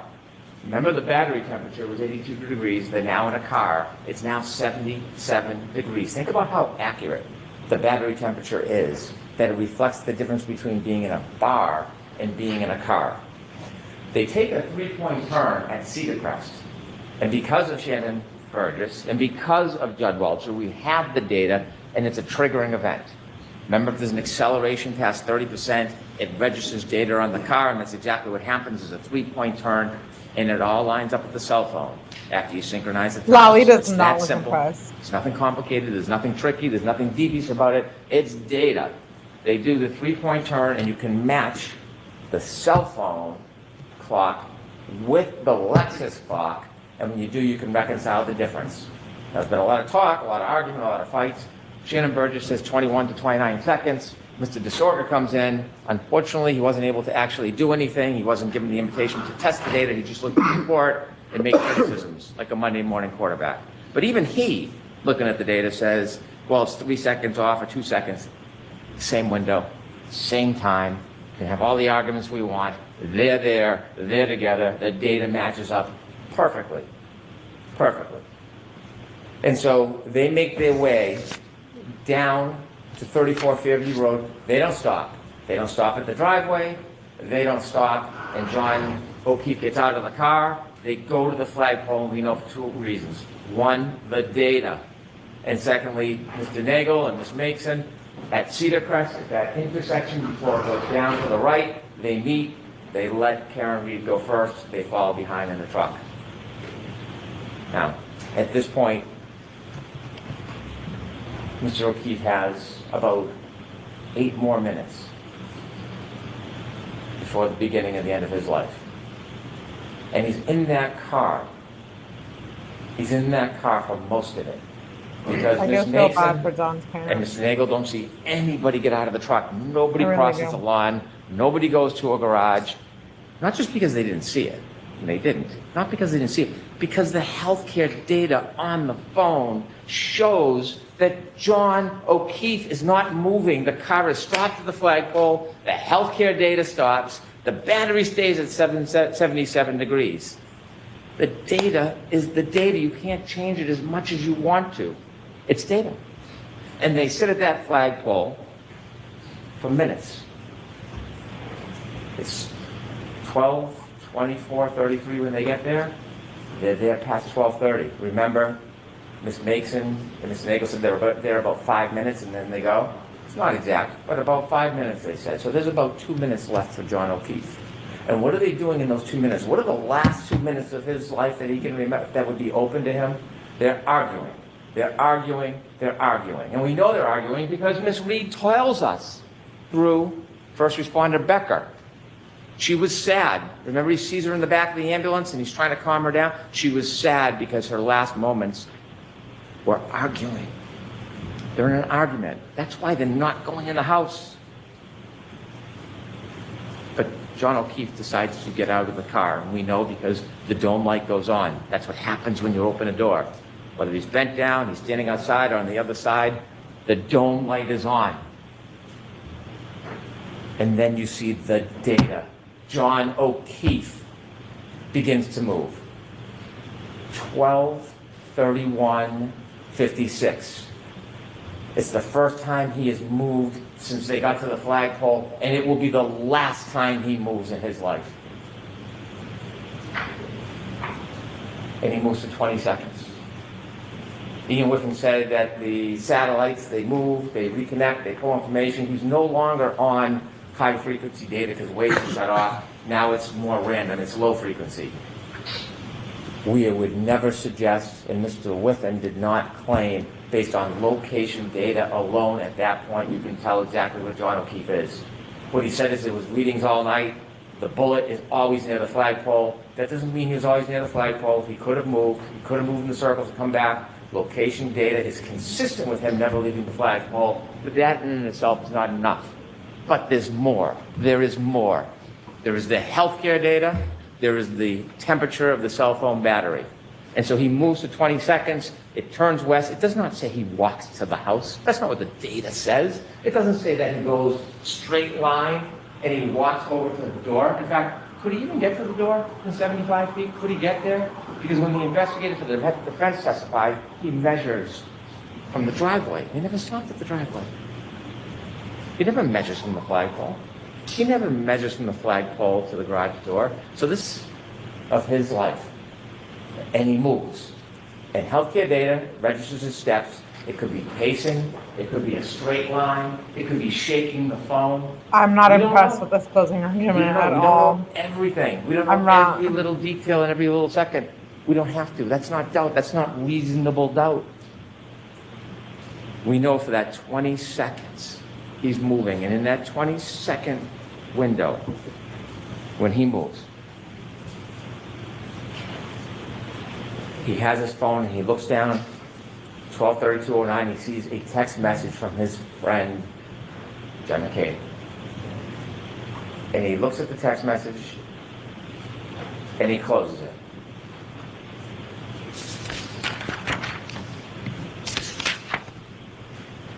And then it happens. We know from Hi, the Blue Eyes, my love. uncontroverted I miss you, Blue data from Eyes. that black box, we know that I need some Karen Blue Eyes Lee, in my life. after he gets out of the Where you car, been? drives away. She drives for at least 33 feet away from him. He's back near the flagpole. She's gone. It's over. Whatever argument is over. I need some Whatever Blue anger and Eyes. flame Just has been looking at dispassion, me. she's moved on. He's separate from her. He's safe. Yeah, I'm not And then impressed she with makes a Brennan. decision. That's what this case is about. Then she makes a decision. She could have driven home. She could have broken up with him. Come back to me, Blue Eyes. I need you in my They could life. have talked about it the next day. I Or like do. knocking on the door, like Kaylee said, getting the last word. She doesn't drive away. She takes that 6,000 Man. pound Lexus and she makes a decision. And the decision is that she steps on the gas after banging it into reverse. Before we talk about what happens next, I want to talk to you a little bit about the charges in this case. And I hate to digress, but it's important so we really understand what we're talking about here. I have no authority to talk about the law in this case. The Honorable Judge Cannoni will do that. But I want to talk to you a little bit about the charges. Don't rely on my interpretation of the law. It's the judge We're not going to who rely on has you. that special power. But I Brennan. want to explain to you a couple of things. So Brennan. when you think about what happens next, you can really assess the facts of this case with the charges against Miss Reed. She is charged with second-degree murder. It sounds ominous, it is. It's a serious charge, second-degree murder. When most people think murder, they think shooting or stabbing somebody. It's natural to think that. No, we don't Second-degree think that. murder is different. It's not first. Can someone tell this clown we watch true crime all day long? That is not the only way At the people beginning get of this unalive. case, I told you that we were not going to suggest Easy. or try to prove Thank you, that Miss PG. Reed intended to kill John You O'Keefe. love me? That was never part of this case. You We're want not claiming that. it? Yes. I told you that we were not You ever going to wanna try to prove that she even hurt me. intended to hit him. We never suggested What we movie is try to that? prove that, and we're not trying to prove that she intended to hit him. We're not. What we are obligated to prove and what we have proven from the evidence in this case of second-degree murder is that she intended an act, and that is putting the car into reverse and heading back towards John O'Keefe. She intended that act. The question then becomes, We think of murder Did her as backing conduct into someone with a cat. create a clear, plain, strong likelihood of death. Late at night, dark, beginning to snow, under the influence of alcohol, Murder can be physically taking someone out too. knowing where she stopped and left him after an argument, heading back in reverse. This here is to why the she was acquitted. exact spot right near where she left him at over 24 miles per hour, accelerating at over 75%. Yeah, if he walked into the bar and was like, "Hey," I'd be Somebody like, does that, does that create "What?" a plain and strong likelihood of death? You're like, And if there's no doubt Yeah. in your mind that she intended to hit that accelerator in reverse, and that conduct will create a No. clear Boo. and plain likelihood of death, then she is guilty of that crime. Whatever the label is, she would be guilty of that crime. Now think about this. Let me give you an analogy. If somebody, Oh, jeez. maybe a teenager, someone young, impulsive, is on a bridge, and they see cars going by, and they have a boulder, and they want to throw the boulder off, they're not looking to hurt anybody. They're not meaning to kill anybody, but they throw the boulder off the bridge because they want to see the car break, the thrill. And when they throw that boulder off the bridge, and it comes down and lands on the car, and there's somebody, passenger, child, anybody in that car, and it then goes through the roof and kills the person in the car, did they intend to kill that person? No, they were trying to have a thrill throwing the rock. Did they have the malice to want that person dead? No. They didn't. Harvey, you already But asked that earlier. Would be an example of Like, second-degree murder. ¿hablas When en you inglés? take a boulder and throw it off Ah. a bridge, there's a plain and God. strong likelihood The love of of death. baby Jesus. When Karen Lee, Amen. in the midst of that tension and fight, after she drove away and was gone, disengaged, when she came back for the last word, in the darkness, I wanna the time someone beginning of out. the snow, I'm not under the gonna influence of alcohol, and decided I'm in a mood. to stop her Lexus, decided to put it in reverse, decided to accelerate 75% in the exact gonna be? same direction of where she left Gonna him, be.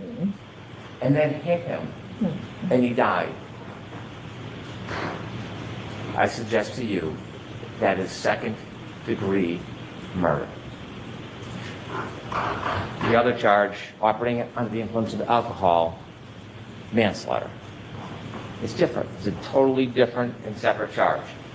Was she under the influence of alcohol? And then secondly, did she operate her Lexus wantonly and recklessly in a way that would very likely result in serious injury? When you're under the influence of alcohol and you drive a 6,000-pound Lexus in the heat of the moment at the direction of where somebody is, whether you intend to hit them or not, I submit to you that is wanton, it is reckless. And any reasonable person would think it's very likely that serious injury would result. It's not a matter of intending to kill. It's not a matter of intending to hit. It is the conduct of the operation and the risk that is created.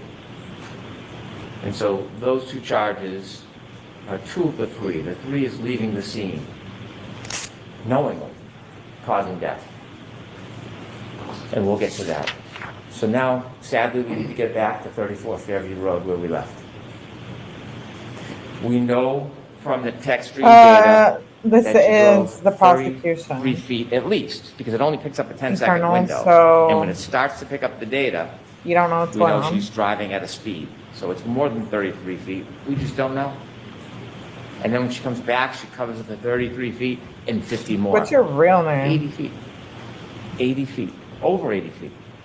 Now, nobody has ever suggested, even Dr. Welcher, when Okay, she bye. collided with them. This data doesn't tell you collision. It's a 6,000-pound Lexus. It's a 216-pound man. It's not going to show a blip. It could have been in that 10-second window.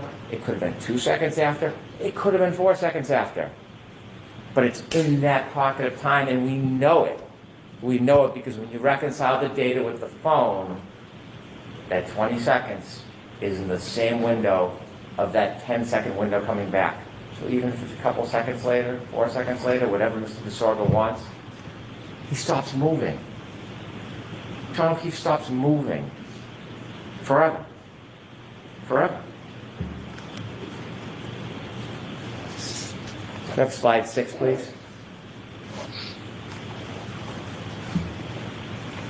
You'll get to see this more closely, and you can probably see it where you're sitting, but there's important data.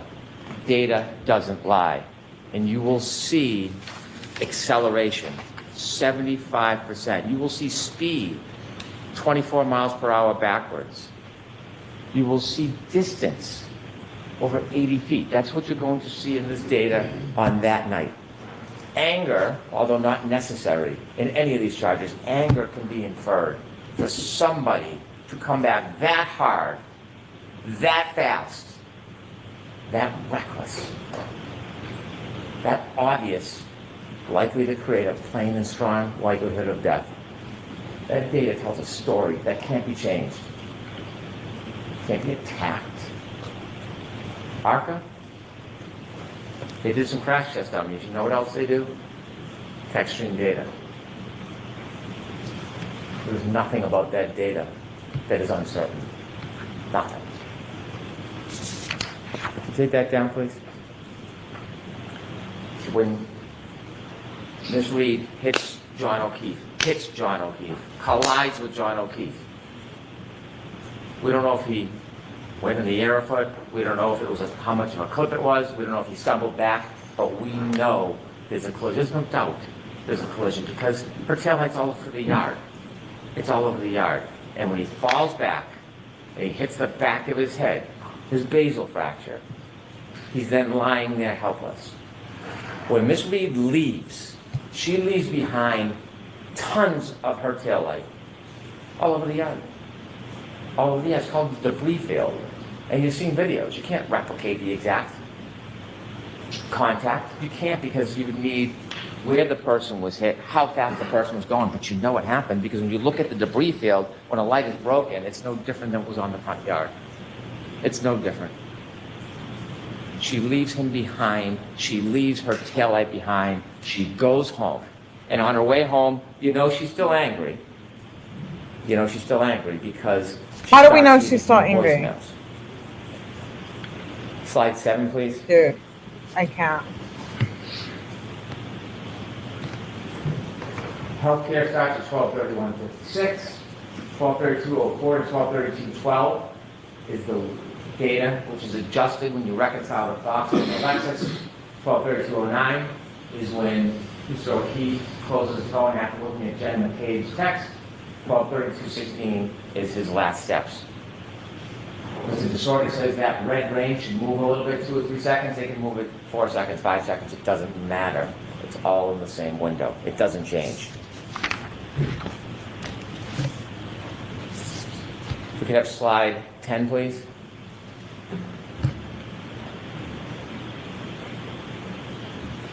Can you play that, please?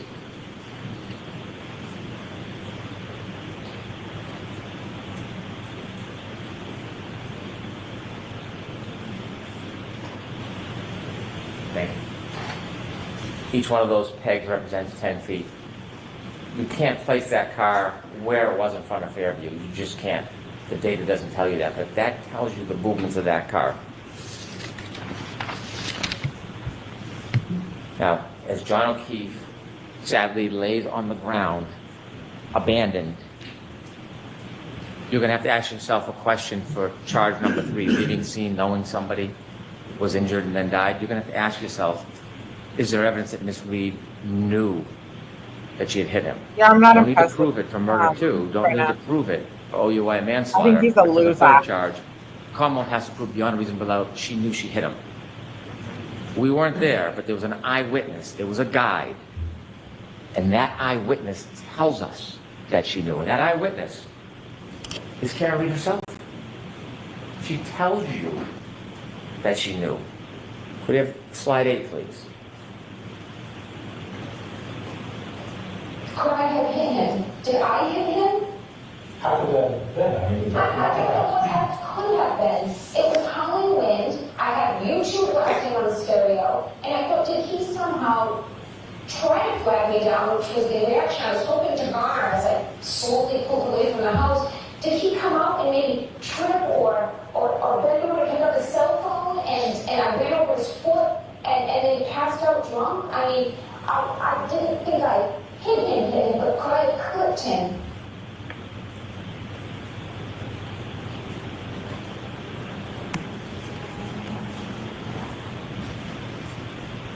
When she left Fairview, and Bud? was gone behind, What? she You're didn't think talking he about was Bud? mortally wounded. But she knew she hit him. That's your type?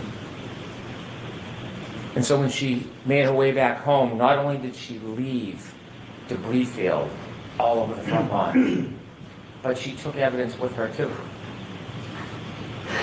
Hair, DNA on the taillight, and she drove back to John's house. And she started calling on the way back, 12:33, just a minute and a half later. And then her messages show her anger. You see, this was John's fault. This was John's fault. And her phone calls tell you about the tone and the destruction of that relationship. 53 phone calls that night. 53 phone calls. Not one to 911. Not one to Jen McCabe, please go outside and try to help. Not one to a hospital. Not one to anybody but him. 53 calls. Slide 12, please.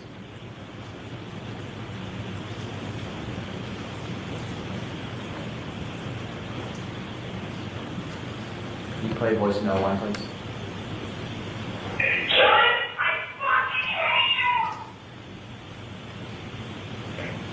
The calls keep coming. Cell phone temperature, 72 degrees. I know so many You've been people think like, oh my God, Karen's a crazy toxic bitch for those voicemails. Dude, they were already breaking up. He was already cheating on her and from Aruba. He was leaving her. They were not together at the party. John was also toxic, and I'm sorry. I hate to say it. outside now, Wasn't not Karen. moving, It takes two to on tango. that cold, hard ground with his Takes cell two to tango. phone under him. The warmth of his body, the cold ground, 72 degrees. It tells you the story. As this temperature plummets and that cell phone battery is compromised, so is John O'Keefe. And him and his cell phone alone on that yard. 66 degrees at 12:45. It is plummeting. Ian Whiffen's taking a phone and putting it in a freezer, not a same analogy. The idea that means that John O'Keefe was in the house, absurd. 66 turns to 61 at 12:53. 48 unanswered calls from the defendant. He's not in at a party. He's not wrestling with Brian Higgins. He's not in a fight. If he's in a fight, his cell phone would be moving. There would be healthcare data. There'd be steps. If he got into the house in 20 seconds and his cell phone is found under his body the next day, then how would he get back outside? There would be more steps because this phone is working. The data is the data. There's nothing wrong with it. It's registering everything. The temperature, the movement. He doesn't go in any house. He can't go in any house. His phone never moves again. Voicemail number 3, please.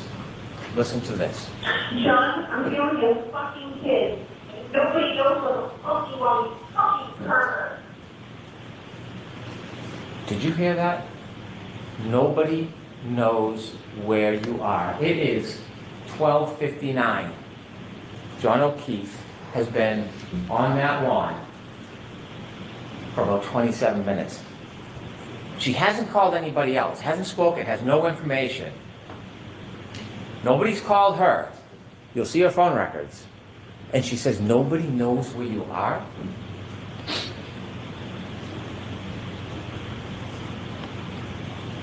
She knows. She knows. Nobody does know where he is. Except her. Except her. Why is she asking nobody knows who you are? She is starting to get panicked because she knows she hit him. Not suggesting she meant to kill him or for him to die, but she knows she hit him and now he's not responding and she's getting nervous and she's getting anxious and she's leaving call after call after call. He's not answering. He's not calling back. He's not even picking up the phone. And we know what's happening at this point. Panic, drunken denial, it's setting in. And so then we see the healthcare data from Miss Reed's phone. She doesn't move after a little after 1 No, o'clock. dude, if my boyfriend and we were fighting and he was already cheating and we were breaking up, yeah, you would get a nasty ass call like that. I mean, like, what the fuck? What do you mean you're not coming home? Like, what do you mean we're not going to this party? What do you mean? Like, you're staying, I'm not staying. Bitch, get your ass in the car. No.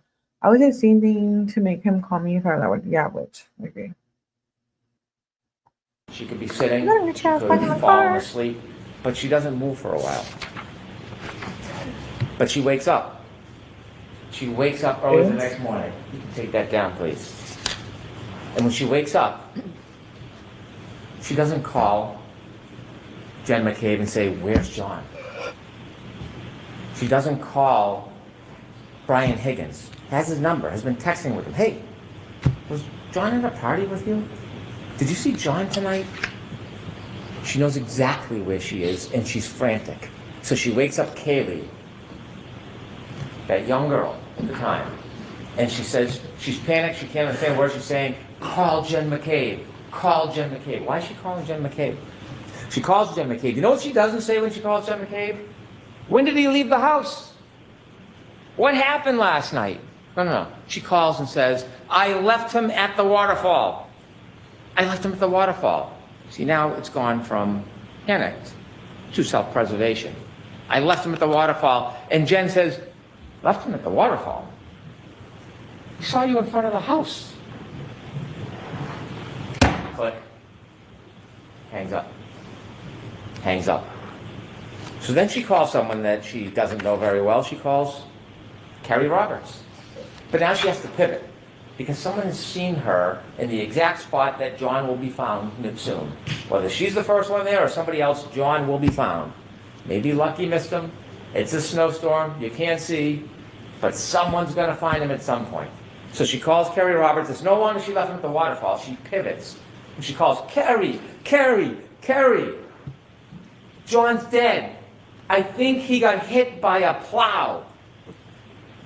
I think he got hit by a Why plow. do you think she chose those words? Why did So then she thought he got she hit by a choose those plow. words? Because she knew that there was a collision with a large motor vehicle, and she had to substitute her 6,000-pound Lexus for another big vehicle. I think he got hit by a plow. And so now we have the introduction of Jen McCabe and Carrie Roberts. Phone calls that they probably never, ever wanted. A worse nightmare to get a call like that. For what's going to happen, what they're going to see, what they'll never be able to forget. But because the defendant is John O'Keefe's girlfriend, they wake up in the middle of the night, in a blizzard, out of their kindness, their loyalty, their devotion to John O'Keefe. And when she calls them and tells them that she wants them to come out, this soccer mom with a perfectly normal life gets drawn into this whole farce, and she answers that call. She gets out of bed. The spirit and kindness she displays to put herself in that position because someone asked for help, because that's what good people do. Carrie Roberts didn't know Jen McCabe. They both knew John. They met each other once years before. Carrie Roberts, separately at that time, answers the call, gets out of bed, drives to go help, because they have a common denominator, a common bond, John O'Keefe. And so you hear and see at 5:07, the defendant leaves Meadows. She leaves. And Kaylee is behind waiting. And you see her back up, and Judd Welch just showed you all of those demonstrations where you could see the unsettled snow in the back, and after the bump, you can see the pieces missing, no taillight. There's no taillight on the ground, all the white snow. There's no crack, there's no break. It's a nudge. Paul and his wife It's a back nudge.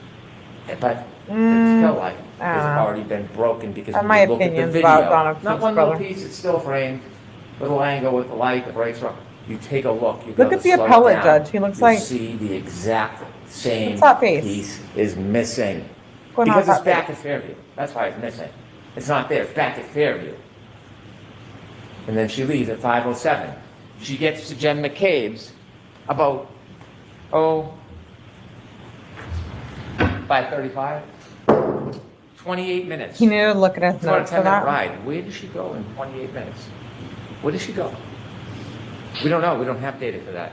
But we know when she gets to Jen McCabe's house, she is panicked, frantic. How do you know out of her that? mind, screaming. waking everybody up. Jen McCabe comes down, can't understand her, going out to the car to try to console her. Why is she so frantic? Why can't she speak? Why can't she say a word? Because John went out and had a drink and fell asleep on a couch? Because John would maybe be cheating on her? What is causing this extraordinary duress? Did she stop somewhere on the way by? Did she just see death? Kerry Roberts comes, take charge kind of person. She pulls him behind, she sees the broken taillight in Jen McCabe's driveway, and she decides she's going to commandeer this. We're going to go back to Meadows, you're going to follow me, leave the car, I'll drive. At this point, Jen and Kerry don't know each other. They've only met once. And they go back to Meadows, they obviously don't find John because he's back at 34 Fairview. And then they start their way towards 34 Fairview. They start driving towards 34 Fairview, and they're looking. And you heard from Kerry Roberts, Jen McCabe, they're looking out the window, they can't see a thing. The snow, the blizzard, the weather, the darkness, they can't see anything. And they're driving, and they decide they're going back to 34 Fairview, and this is remarkable.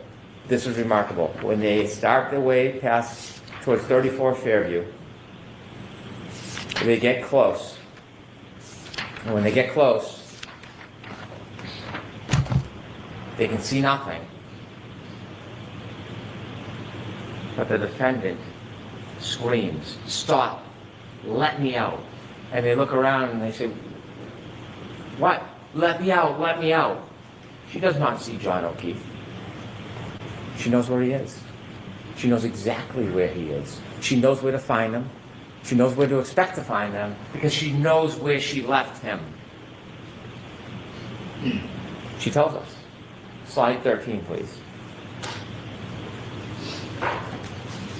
Driving and Jen's in the passenger seat. And I've described this to everyone, so you probably heard this before, but John looked like a buffalo on the prairie.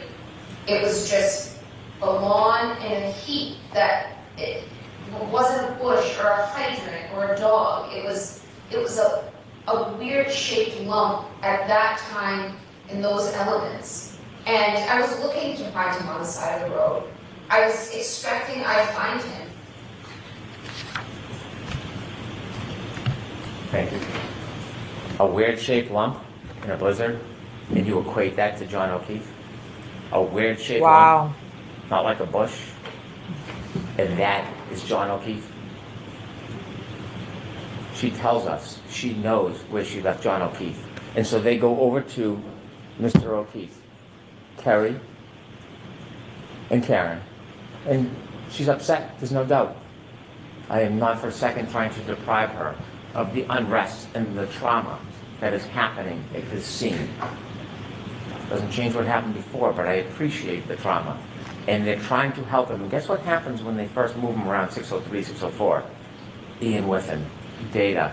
The cell phone battery gets the cool air, presses on the battery, the cell phone battery drops. Healthcare data, he has not moved since that 22nd, hasn't moved. They start shaking him, you're going to see, when you look at the records, that healthcare data starts to move. He's been there all night. All night. Nobody else. Her. And so when they try to help him, she says something that is remarkable. She says, there's a piece of glass stuck in his nose. And she plucks it out. And she says when she plucks it out, blood spurts out. We'll talk about that in a couple minutes. Remember that. Piece of glass, pulls it out, blood spurts out. That's what she says. As they try to help John, Jen is calling 911. They would like you to believe there's a conspiracy. That the glass that's found in Mr. O'Keefe's body is somehow from inside the Albert House. The glass, well, you will hear in the clips, if we don't play it, you'll have all the clips with you. She talks about the fact that he took her glass. He took the glass. She says it. So the Albert House, they don't need to give glass. He already has the glass with the straw that's later found on the street, by the way. That's what happens on an impact. Things move. The glass comes with him, lands near his body. Debris field moves past them. Shoe, hat, straw. What? 𝐁_𝐞𝐫 makes a call to her sister, and they say because it registers 29 Wait, seconds, a cell Are you record- guys into this closing argument or not? I feel like I'm a little drunk, but then I feel like I'm like into it, and then I'm like, wait, this guy is boring the shit out of me. Not the same as a call detail record. There's no evidence there was a That's fine, I'll see it. conversation. No lights go on. There's no conspiracy. You can call somebody. It can ring. It can go to voicemail. They have no evidence, none, that there's a conversation between 𝐁_𝐞𝐫, the person who was ripped out of her sleep to come help, and her sister for some grand conspiracy. And so what happens next is traumatic. Kerry Roberts and 𝐁_𝐞𝐫 see their best He's friend definitely not interesting. prone, lifeless, frozen, on the ground. Yeah, and no. they're living Not this impressed, torment no. because somebody brought them into this. When they're trying to help John, there is not one suggestion from anybody that John ever went into that house. There's no reason to go into that house because John was never in the house. Not one time does anybody say, what time did he leave? I thought he went in there. Not even a whisper. I'm just like not even impressed. Are you guys down with just like cutting him off and watching the verdict? Is that so mean? Mean girl with me? I kind of want to do a Melly After Dark. Yeah, I think we're just gonna have to cut that off. Yes. Wait, yes, what? I'm the mean girl? You mean yes, cut it off.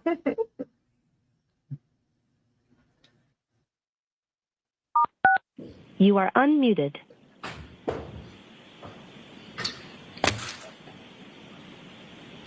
You see the court is in session. All right. I appreciate you all getting back here. During the luncheon break, I received word from a court officer that the jury had knocked on the door, indicating that they had a verdict. But before I could even summons everybody into court, shortly thereafter, they knocked again and said they didn't have a verdict. So I asked the court officer to tell them to put that verdict slip in an envelope and seal it, and to give it to us. Paul, do you have it?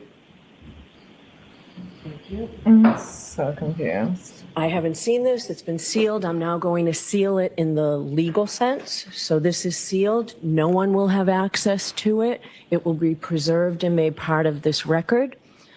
I'm going to ask it to be marked for identification with the word jury, Chrissy, just to keep it separate and apart from everything else. So it's marked for ID with the word jury. Hey, Jojo.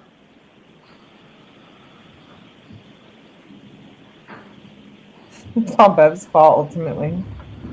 Dude.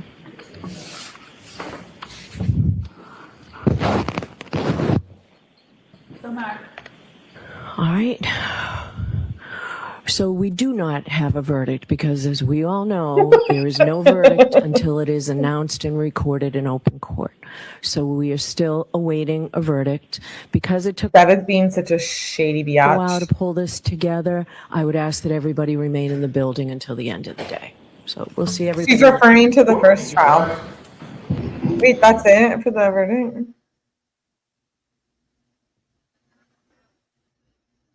Oh my God. I'm so excited to watch this. Her verdict slip was missing. Oh my God. I can't believe it. Okay, wait. What's going on? So say you all. Mr. President. Yes. May I inquire? Yes. Mr. Foreman, members of the jury, have you agreed upon a verdict? Yes. Thank you. May I see the papers? Mr. Foreman, have the verdict slips been placed in this envelope and have they been in your presence ever since? Yes.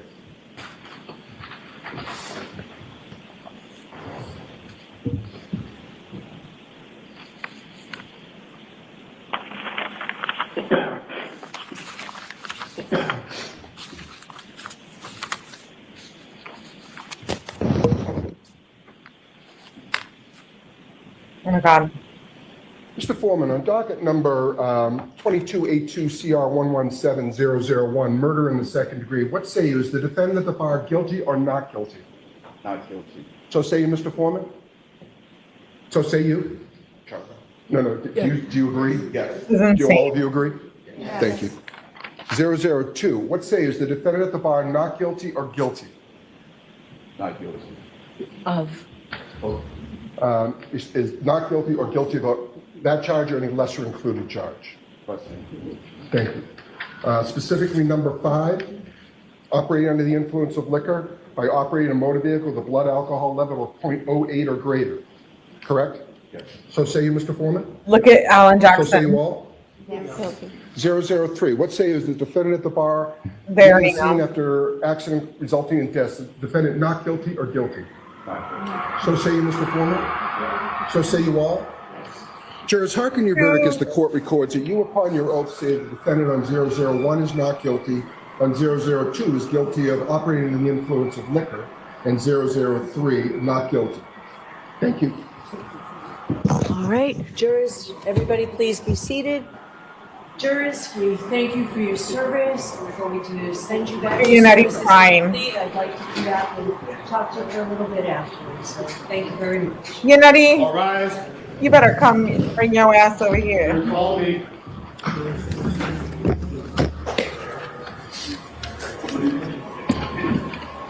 Not for real. I'm ready to sell my soul for Unity. I ain't playing. Unity's crying. Oh my god.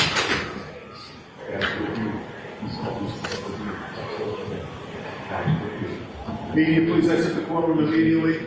Karen Reed? Not yet. Not yet. Tony, Hold not on, yet. hold on, everyone. Karen Reed. Ms. Reed, can I have your attention?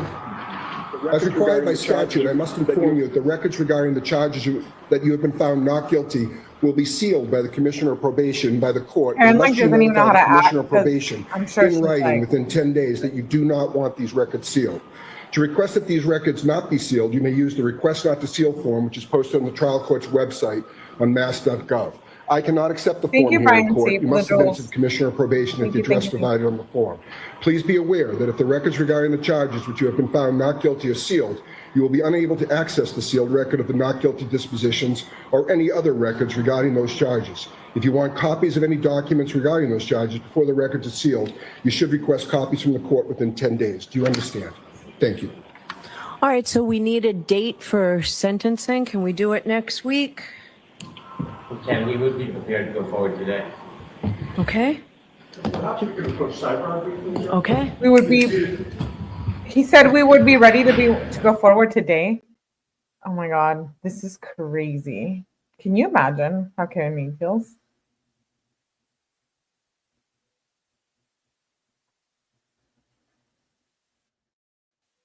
Her dad, her parents.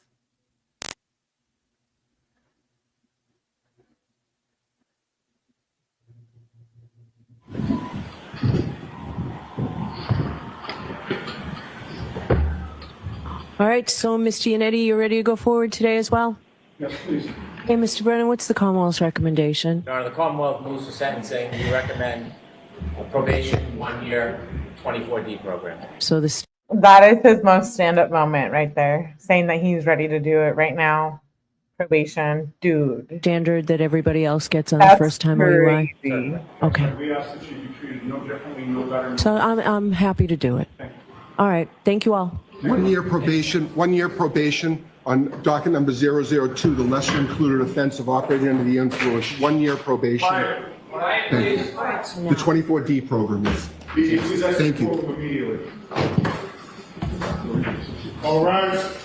Look at Alan Jackson. Oh my god, I'm jealous. Just kidding. Oh my god. This is insane. This is insane.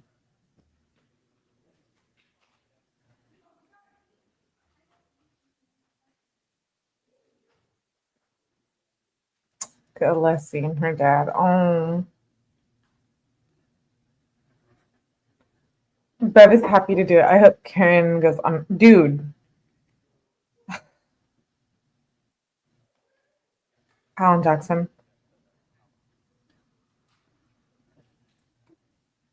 John O'Keefe's family cleared out fast. This is so huge. Look at the Yanadi. God, I just want to kiss his face.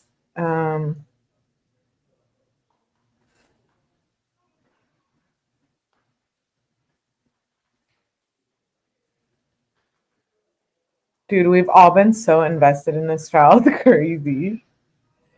I'm like, what happens now?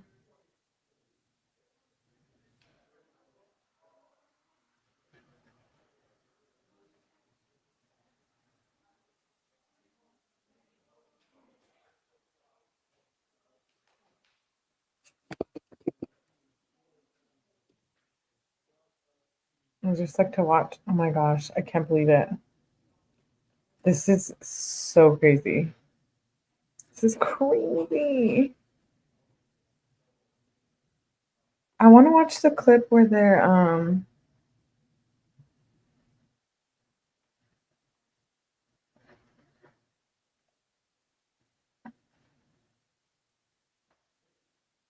Justice is so sweet when it works properly.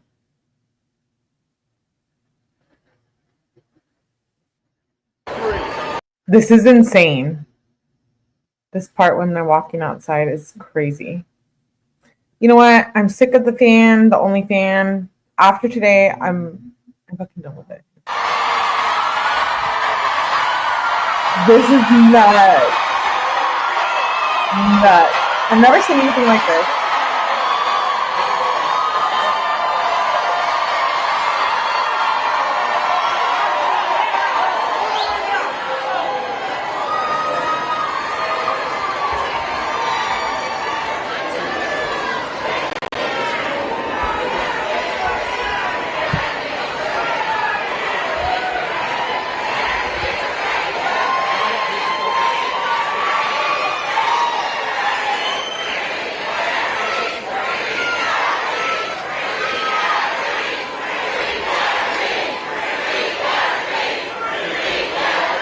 Dude, this is crazy.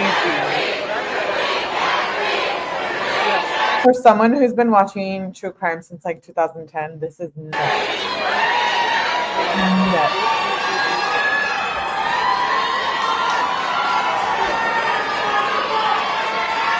What TVU are you? I'm shook. I'm shook.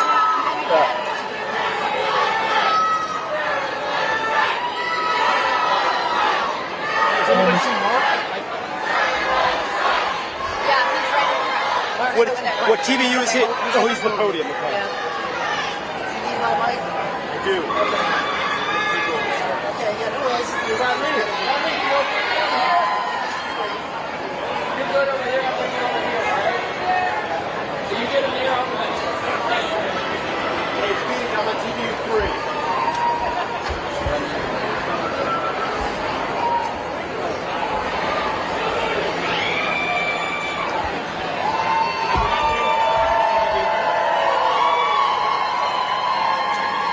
God.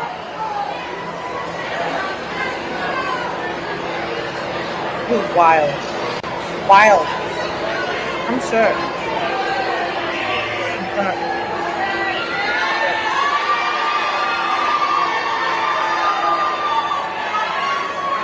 Holy cow.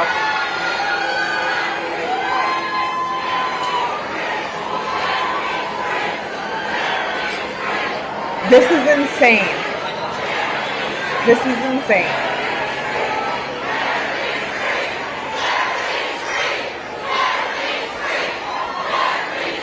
Oh my God.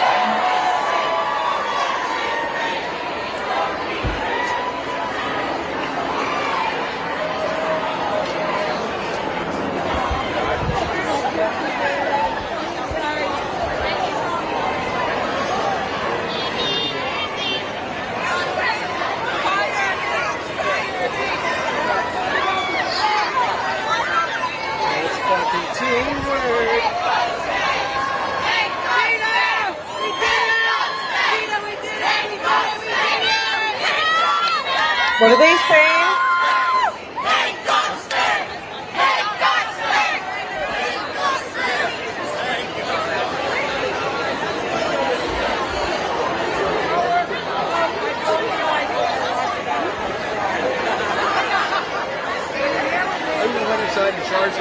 I know, like one time they were saying like get rid of Bev or like lock Bev up. No, they were seriously chanting something. Oh, get rid of Bev, and I was like, you're like, wow. oh, battery? Not now.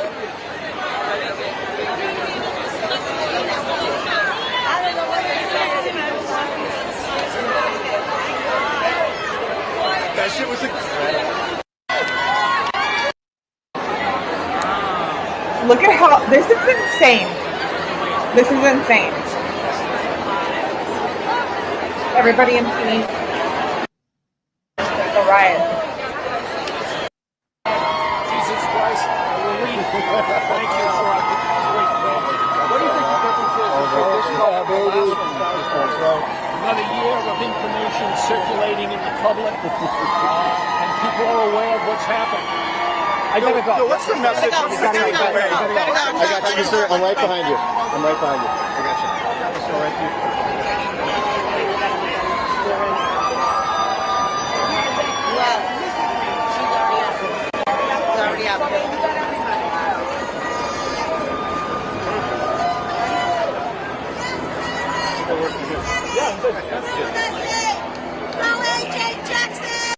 I want to watch where they where Karen like gives her little speech.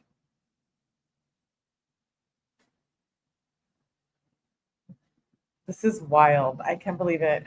I can't. I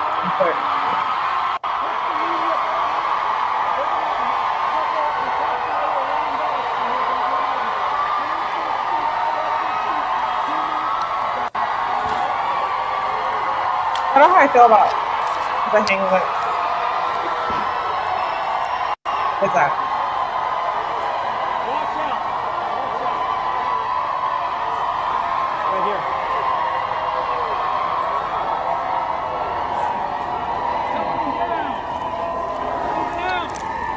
Why is Alan Jackson acting like so stuck up? I just want to say two things. I love him, but I feel like he's just kind of Number one is I could not be standing here without these amazing supporters who have supported me and my team financially and, more importantly, emotionally for almost 4 years.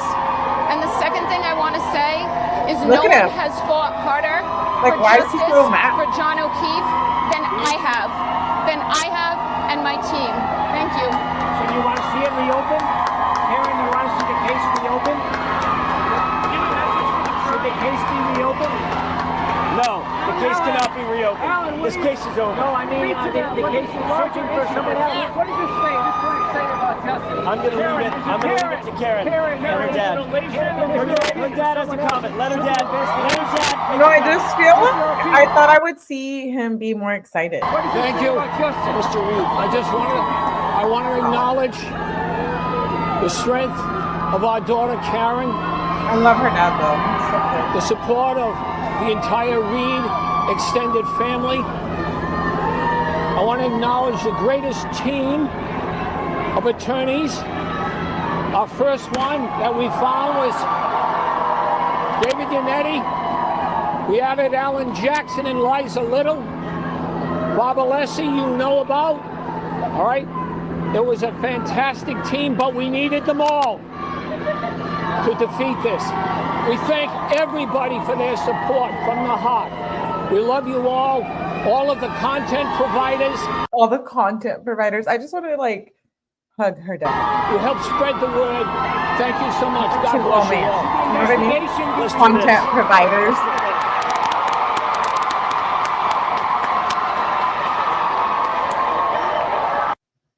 That's wild. That is wild. Okay, so I wanted to read one of the statements. Okay, says in a statement from Jen McCabe, Matthew McCabe, Chris Albert, Julie Albert, Colin Albert, Nicole Albert, Brian Albert, Kate Roberts, and Kurt Roberts, they called the verdict a miscarriage of justice. Quote unquote, today our hearts are with John and the entire O'Keefe family. They have suffered through so much and deserved better from our justice system. While we have more to say in the future, today we mourn with John's family and lament the cruel reality that this prosecution was infected by lies and conspiracy theories spread by Karen Reed and her defense team and some in the media. The result is a devastating miscarriage of justice. Why are they even making a statement? Like, that's crazy.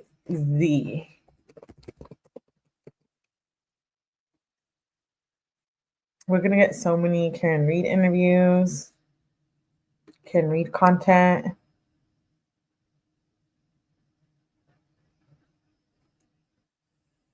I'm going to play this video.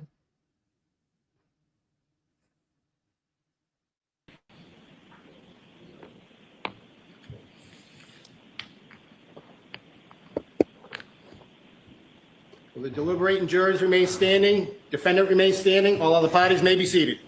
Your Honor, may the record reflect that 12 deliberating jurors and 6 alternates are present. Yes. May I inquire? Yes. Mr. Foreman, members of the jury, have you agreed upon? I'm disgusted. Thank you. May I see the papers? Disgusted. Mr. Foreman, have the verdicts just been placed in this envelope and have they been in your presence ever since?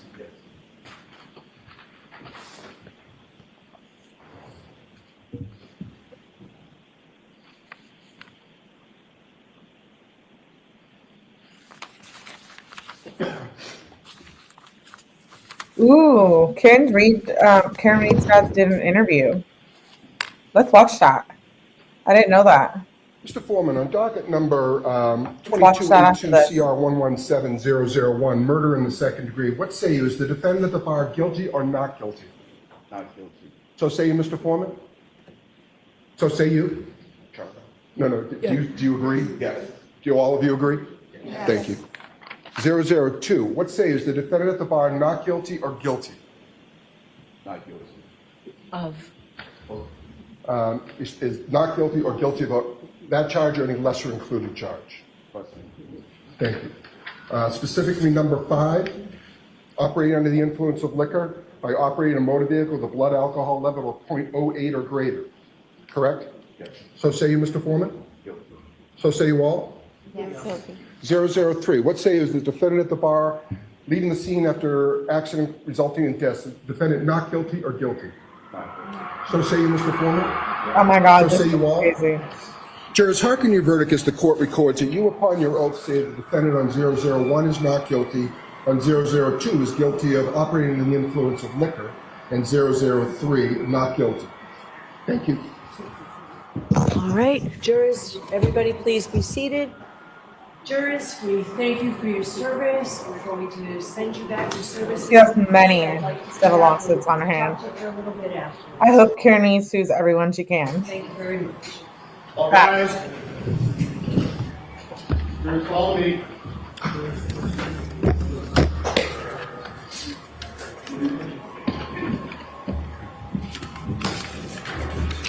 Look at Yannetti. Oh my God. I wish Yannetti would cry like that over me. I'm so sad.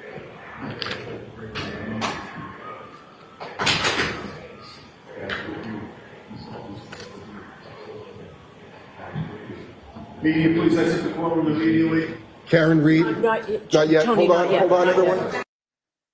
I don't know why they're being such jerks just because she won. Okay, I'm gonna play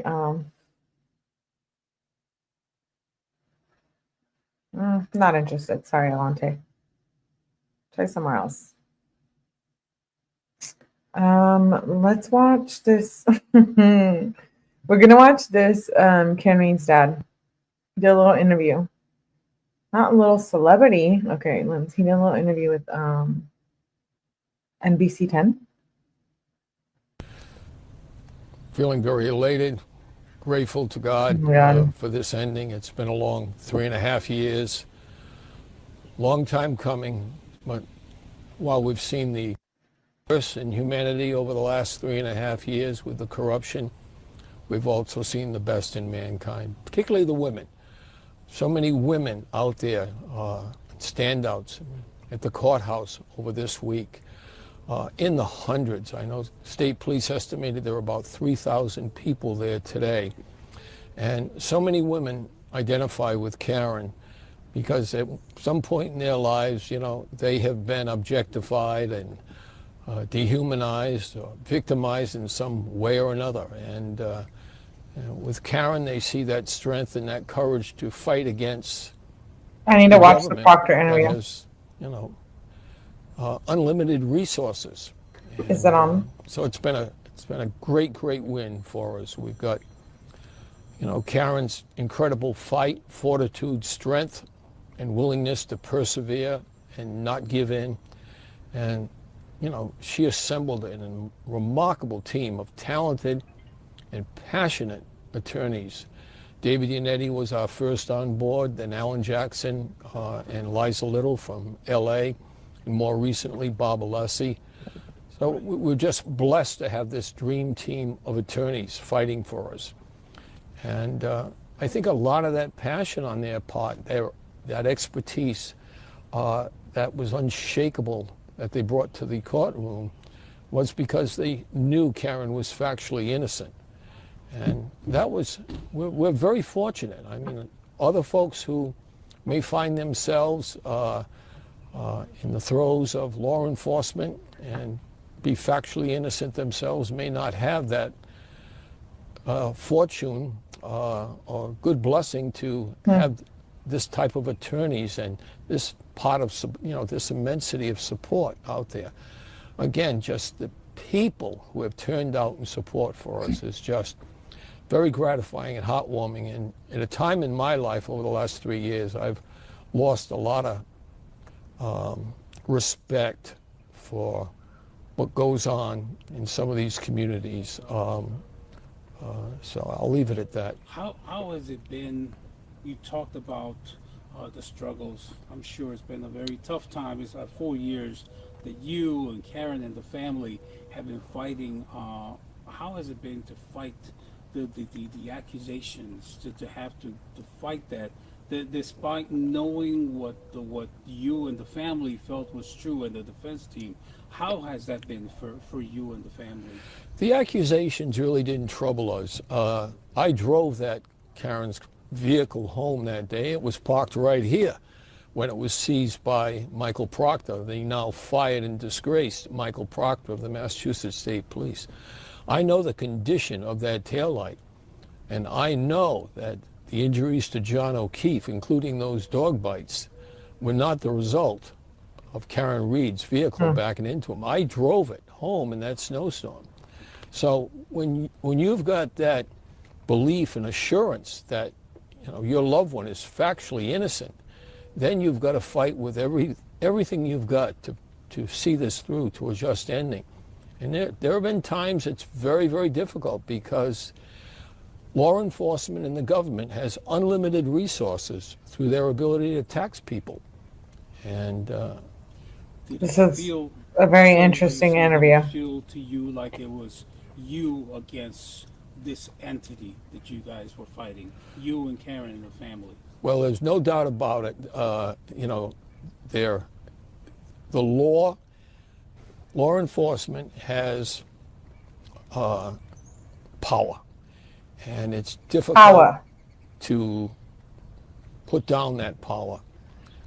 But I think many pick up your jaw and get saw over this situation for what it was, a setup, a frame-up, and push back. And when society pushes back, and you get courageous men and women who are willing to take a stand, you know, a case in point would be Officer Nick Barrows, who was brought here on that Saturday and testified in court that the condition of that taillight was not as what was shown to him in court in the Sally Port of the Canton Police Department. So that's just one example. And, you know, you look at the Department of Justice was involved in this case from the early on. they were the ones who hired the ARCA scientists.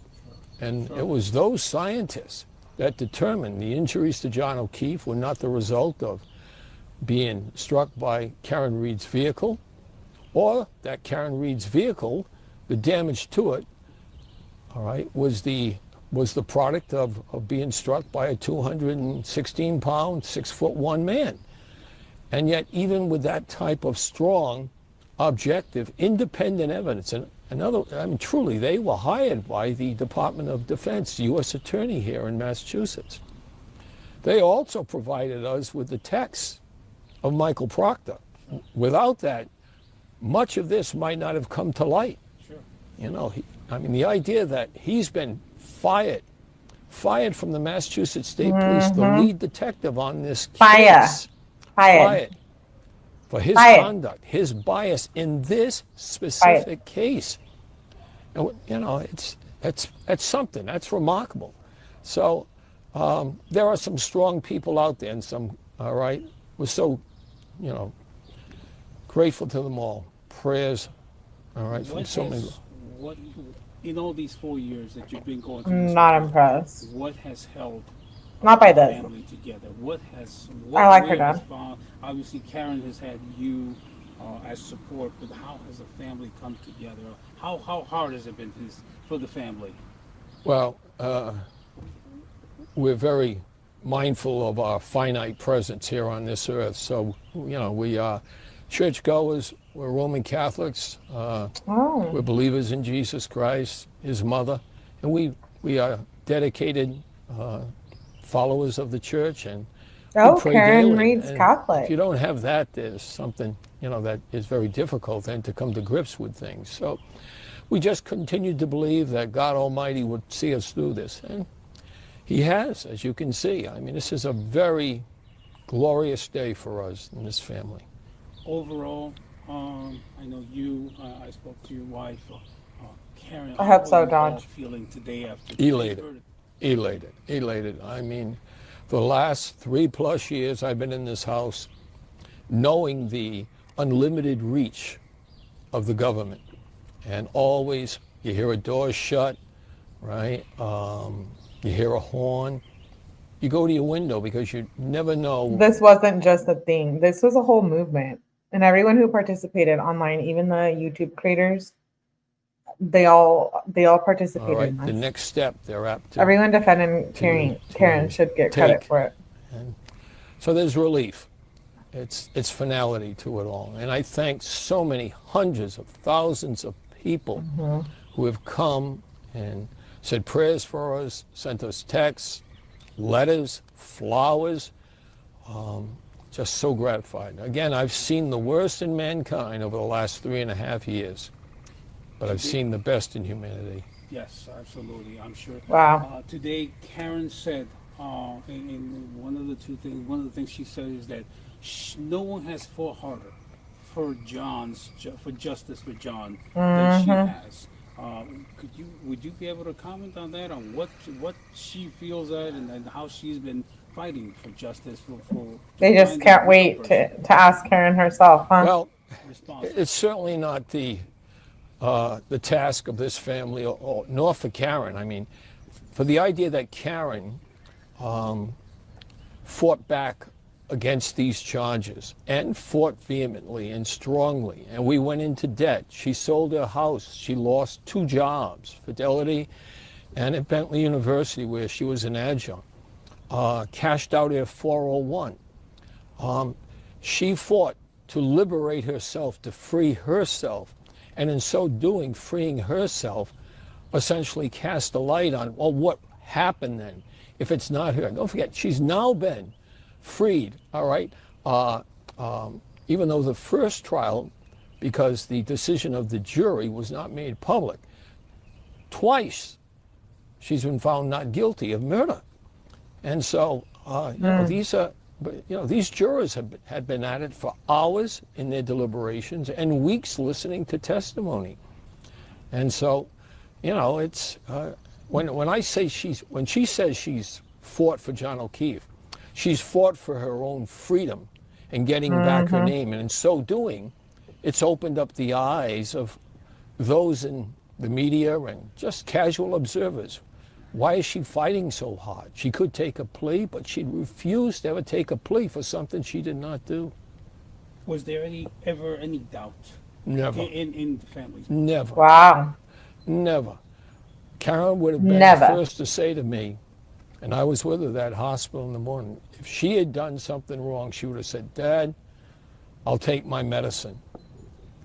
Never. There's never been any doubt. Karen Reed is factually innocent.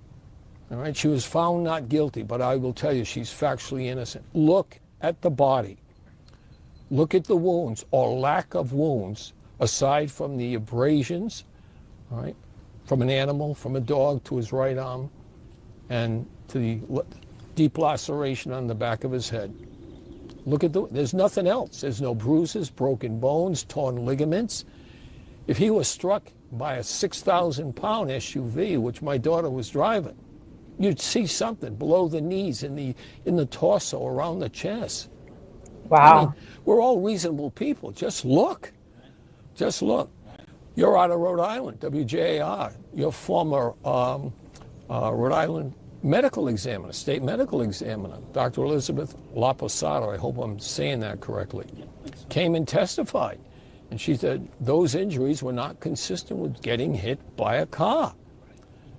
So, you know, it's when you look at the physics, the science that's provided by ACA, and then you look at the medical testimony and the medical evidence, whether it be from Dr. Elizabeth Posada or from the state of Massachusetts' own medical examiner, Dr. Scotty Bello. Hello. She said wow. that she could not He's like really going in on that everyone. he wasn't hit by a car. In other words, it's possible. And the abrasions to the arm. And so much so, she could not conclude the manner of death. She could not conclude it was homicide.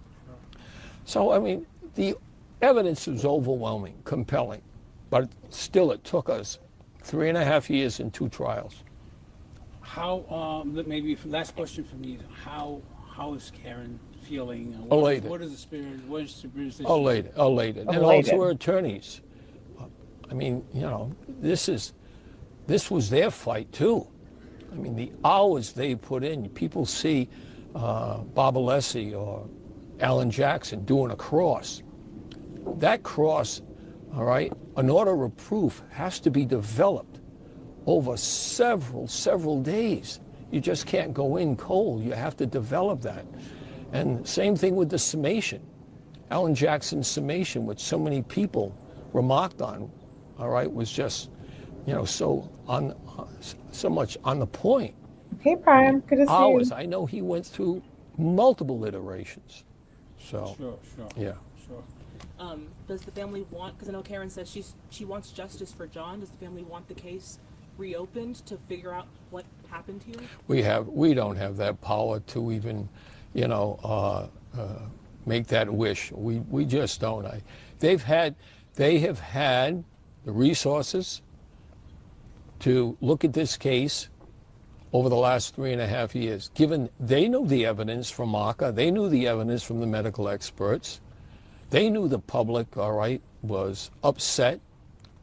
Overwhelmingly, the public overwhelmingly upset about what was going on here. Well, they've always had the resources to look at it. So it's, you know, what they choose to do, they'll do. And if they don't, you know, it's now been 3.5 years. How much of that evidence has been destroyed? Who knows? So, would it be something that she would advocate for? We just want our lives back. She's got her life back. She's, as she made a statement outside of the court today, I don't know if you were out there. It was incredible, wasn't it? By her fighting for her freedom, fighting for her factual innocence, through multiple hearings over the last 3.5 years, 2 trials, that was her, if you will,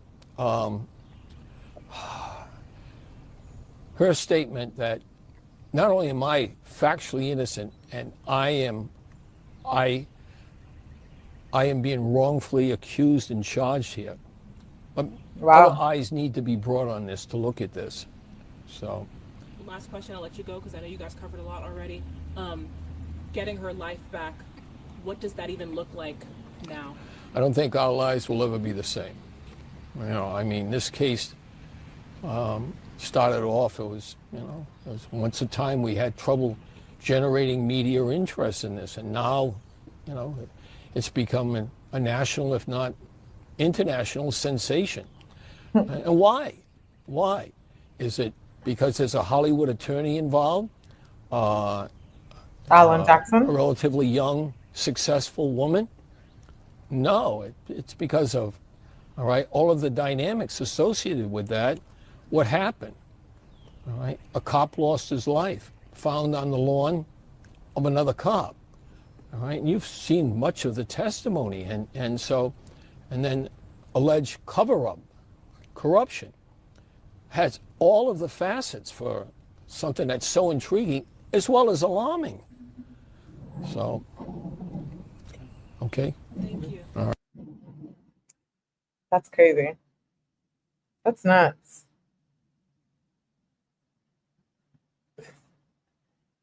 Nice try, guys. Yeah, we're going to be hearing a lot about, oh, wait, I wanted to play this clip. You know how I said that Cooper Proctor was going to do an interview? We don't have it on YouTube because it's copyright stuff, but I'm going to play a little clip of it. We can at least get like an idea of what it's going to be like. You can watch it on ABC. You can watch it on, I believe, Hulu, but you have to pay. Once it's on YouTube, we're probably going to watch it on here, but this is a little bit of it. I'm shook. He's even trying to grift right now. Did you develop such strong negative feelings that you would say things like, hopefully she kills herself, or calling her the C word? Those feelings developed as the case went on. I mean, can you see how people might think he was caught in this instant? Yeah. Look at how he looks. I'm shook. I'm like freaking out. Speaking about a suspect in this way, he doesn't even look like himself. Maybe it's happened in other cases as well. I 100% understand why people would. I do not want to kiss this. Ew. Ew. A corrupt cop, and now look at him. Think that. But when you have, a fellow police officer, he gained a lot of weight. 2 kids of his own, it generates an emotion. And I express those emotions in a negative way, which I shouldn't have. I shouldn't even, been texting my friends anything. They are what they are. They don't define me as a person. They're regrettable.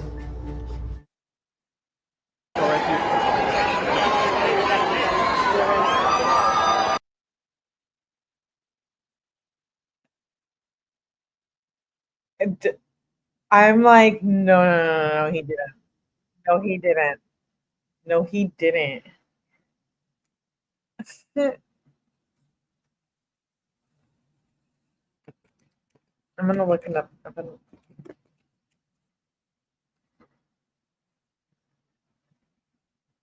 Dude, what did he just say? Like, what did he just say?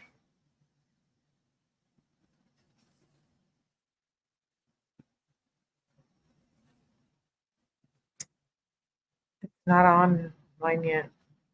Yeah, it's probably not going to be online for a while. Because ABC wants to make all that money on it.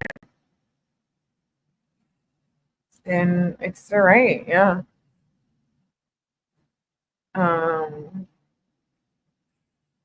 Wait, is this the same clip? I'm gonna play this. I'm shook that he's on here.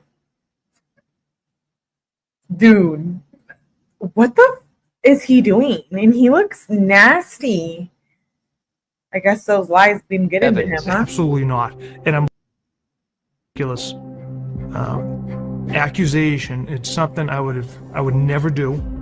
I've never done. You know, most people would. And there's no evidence of it. We're talking about people in your community, your neighbors. You got fired. Believe it. This is not strangers. This is people in Canton. Why do you think that is? That's just the loud minority. The silent majority we've had an overwhelming amount of support. They're just not out there tweeting. Dude, I can't. I can't.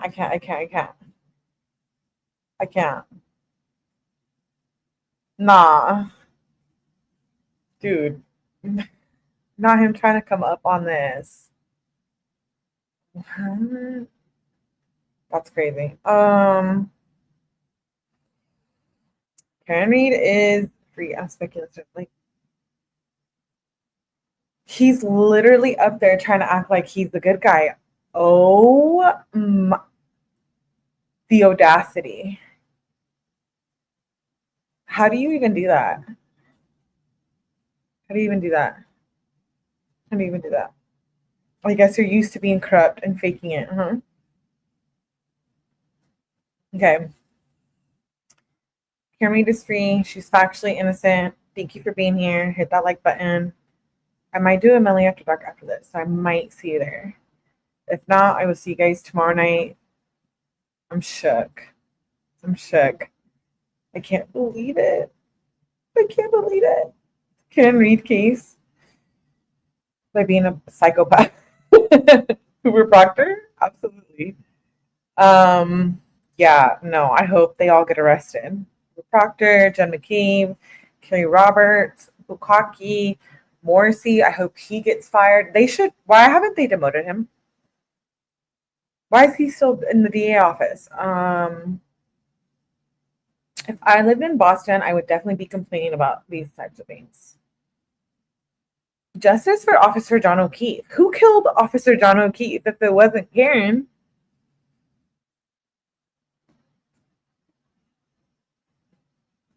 If it wasn't Karen, then who was it? It's a great day for justice. I'm shook. Anyways, hit the like button on the way out. Karen Reed is done. I still am going to play a couple of the days that I missed. We're going to continue Diddy.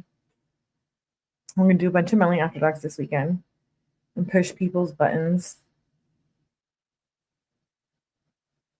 So make sure you hit the like button. I'll see you on the next one. Thank you for being here.